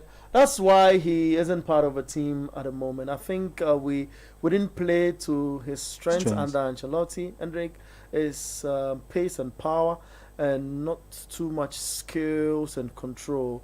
That's from Riscos Jenas, right? Great. Citizen Kofi Togo from UG says Ben and team I think that the coach and the players are not really committed to the national cause. I saw a very funny video of a well-respected journalist trying to justify that shocking performance against a low team like Chad. Mali will beat us good in Coach Nimli's voice by 3 goals to 1. Cheeky ease. Yeah, cheeky ease. Let's go there and see if we got more messages. Daniel Harrison Ados from Harcher says, Sports Crew, the Black Stars need to be dissolved. And Coach Otto Addo, the least said about him, the better. What at all is he doing with all his assistants? Sack them all now. Sack them. The team is training. Is it 5? It's not 5. Some few minutes to 5. Yes, about 4 minutes to 5. It's 4 minutes to 5. So the team has a presser. The Black Stars will have a presser. Then they will train. What time is the presser? Let me just get it from the FA direct. So, as I do that, you can send your thought on 0549 986 996 0549 986 996. So the presser is 5 p.m. 5 p.m. So that means it starts in a few minutes. Yeah, in a few minutes. Then Mali will have their presser at. Then first off, they'll be training at 5:30 p.m. The first 15 minutes open to the media. Then Tom Saintfit, the Mali coach, will have his presser at 5:30, followed by his team's official training session at 7 p.m. Yeah. Siemens says, hi, we are in big trouble with Comoros now, just a point behind us. We blew a precious opportunity against Chad. They've scored again? No, okay. I'm not comfortable with tomorrow's match at all. Is there 15 minutes of our training session is open to the media? The rest, if they close the behind, they won't do anything. They won't do anything. No. If you lose, I've watched the if you win, you win. I've watched the Black Stars training. They say behind closed doors. I had the opportunity to watch what we were doing behind the behind closed doors. To be in closed doors with the team. And I promise you, there was nothing special. And it's the same with Otuado. Yeah, because that time I had to report, and I needed some information. Yeah. So I have to find my way to be in closed doors. In closed doors. With the behind closed door guys. So what were they doing behind closed doors? Nothing better. Nothing better. We just hope that tomorrow. After drills, they are doing goal scoring. Behind closed doors, they are doing goal scoring. So how the team shapes up into scoring goals. When we get set pieces, who is to take it? How they execute the kicks? How now FIFA even has the word qualified in when a wall is made, a player should be about 1 meter off the wall. I think there was a goal that was disqualified early on in the Premier League because of that. Easy. Yes, he's goal. It was a free kick. Palace, Chelsea. There's nothing that happened behind. Don't worry. Let's get some 2 or 3 messages. Now I'll pick your last thought, then we close the chapter on the show. Thanks to the guys who are watching the stream live on X, on the Citi FM page, Citi 973 page on X. The guys who've been with us on YouTube, we enjoyed you as well. Shout out to all of the guys. I won't single out a name. Somebody wants me to single out a name. I won't. We say thank you to all of you, and those who also watched on who are watching on TV, on Channel 1 TV. Solid having you guys, behind your set and watching and enjoying the discussion as well. And those who called earlier on when we opened our first batch, of course, I promised the second I was unable to do that. Please forgive me. I'm not going to do that again. Like kids say at home. And thank you to all of the other guys who watched. But now on X, we have a number, a number who are with us and in tune with all that's happening. So let me pick messages from X because it wouldn't be fair if I don't. Why is Ghana the only team with a scout as a head coach? Many levels down. Then that's from Kinfred. Then Tini Jennings say, can't wait for this match. Hope the Black Stars bring their A game. On side notes, I think he's talking about what is happening at this is Ghana. He says markets are buzzing. Like ban kakra. Yeah. And then he also talks about the markets for the game and the monies behind it. So thank you for the comment on X. We love it. It's 5. We thank you very much for your time, guys. Thank you. I said I'll take your last words. Please forgive me. No, it's fine. Adam Kai, thank you very much, Kevin Adam Kai. Thank you very much, Kobinama for us, and Daniel for also helping us with a lot of technical assistance and all of that, and you for sending your message. So, 2-4K says, good evening, guys. On a more serious note, the national team should be dissolved. The country wastes too much on them, and they don't do anything to prove that they deserve it. I won't be surprised at all if we lose. I am Bernard Abekoch. I've been on your TV. I've been on YouTube together with my boys. I've been on your radio. So thank you all for staying true and true with us. We'll catch you same time next week on the Republic of Football. Thanks to Edwin Kofi as well. You know, making sure he helps us with a lot of socials and all the activities that transpire in there.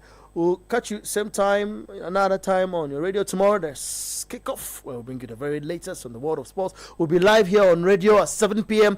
with the Black Stars commentary and live updates from the Accra Sports Stadium as well. Thank you. As you always say, sports is live. You get involved.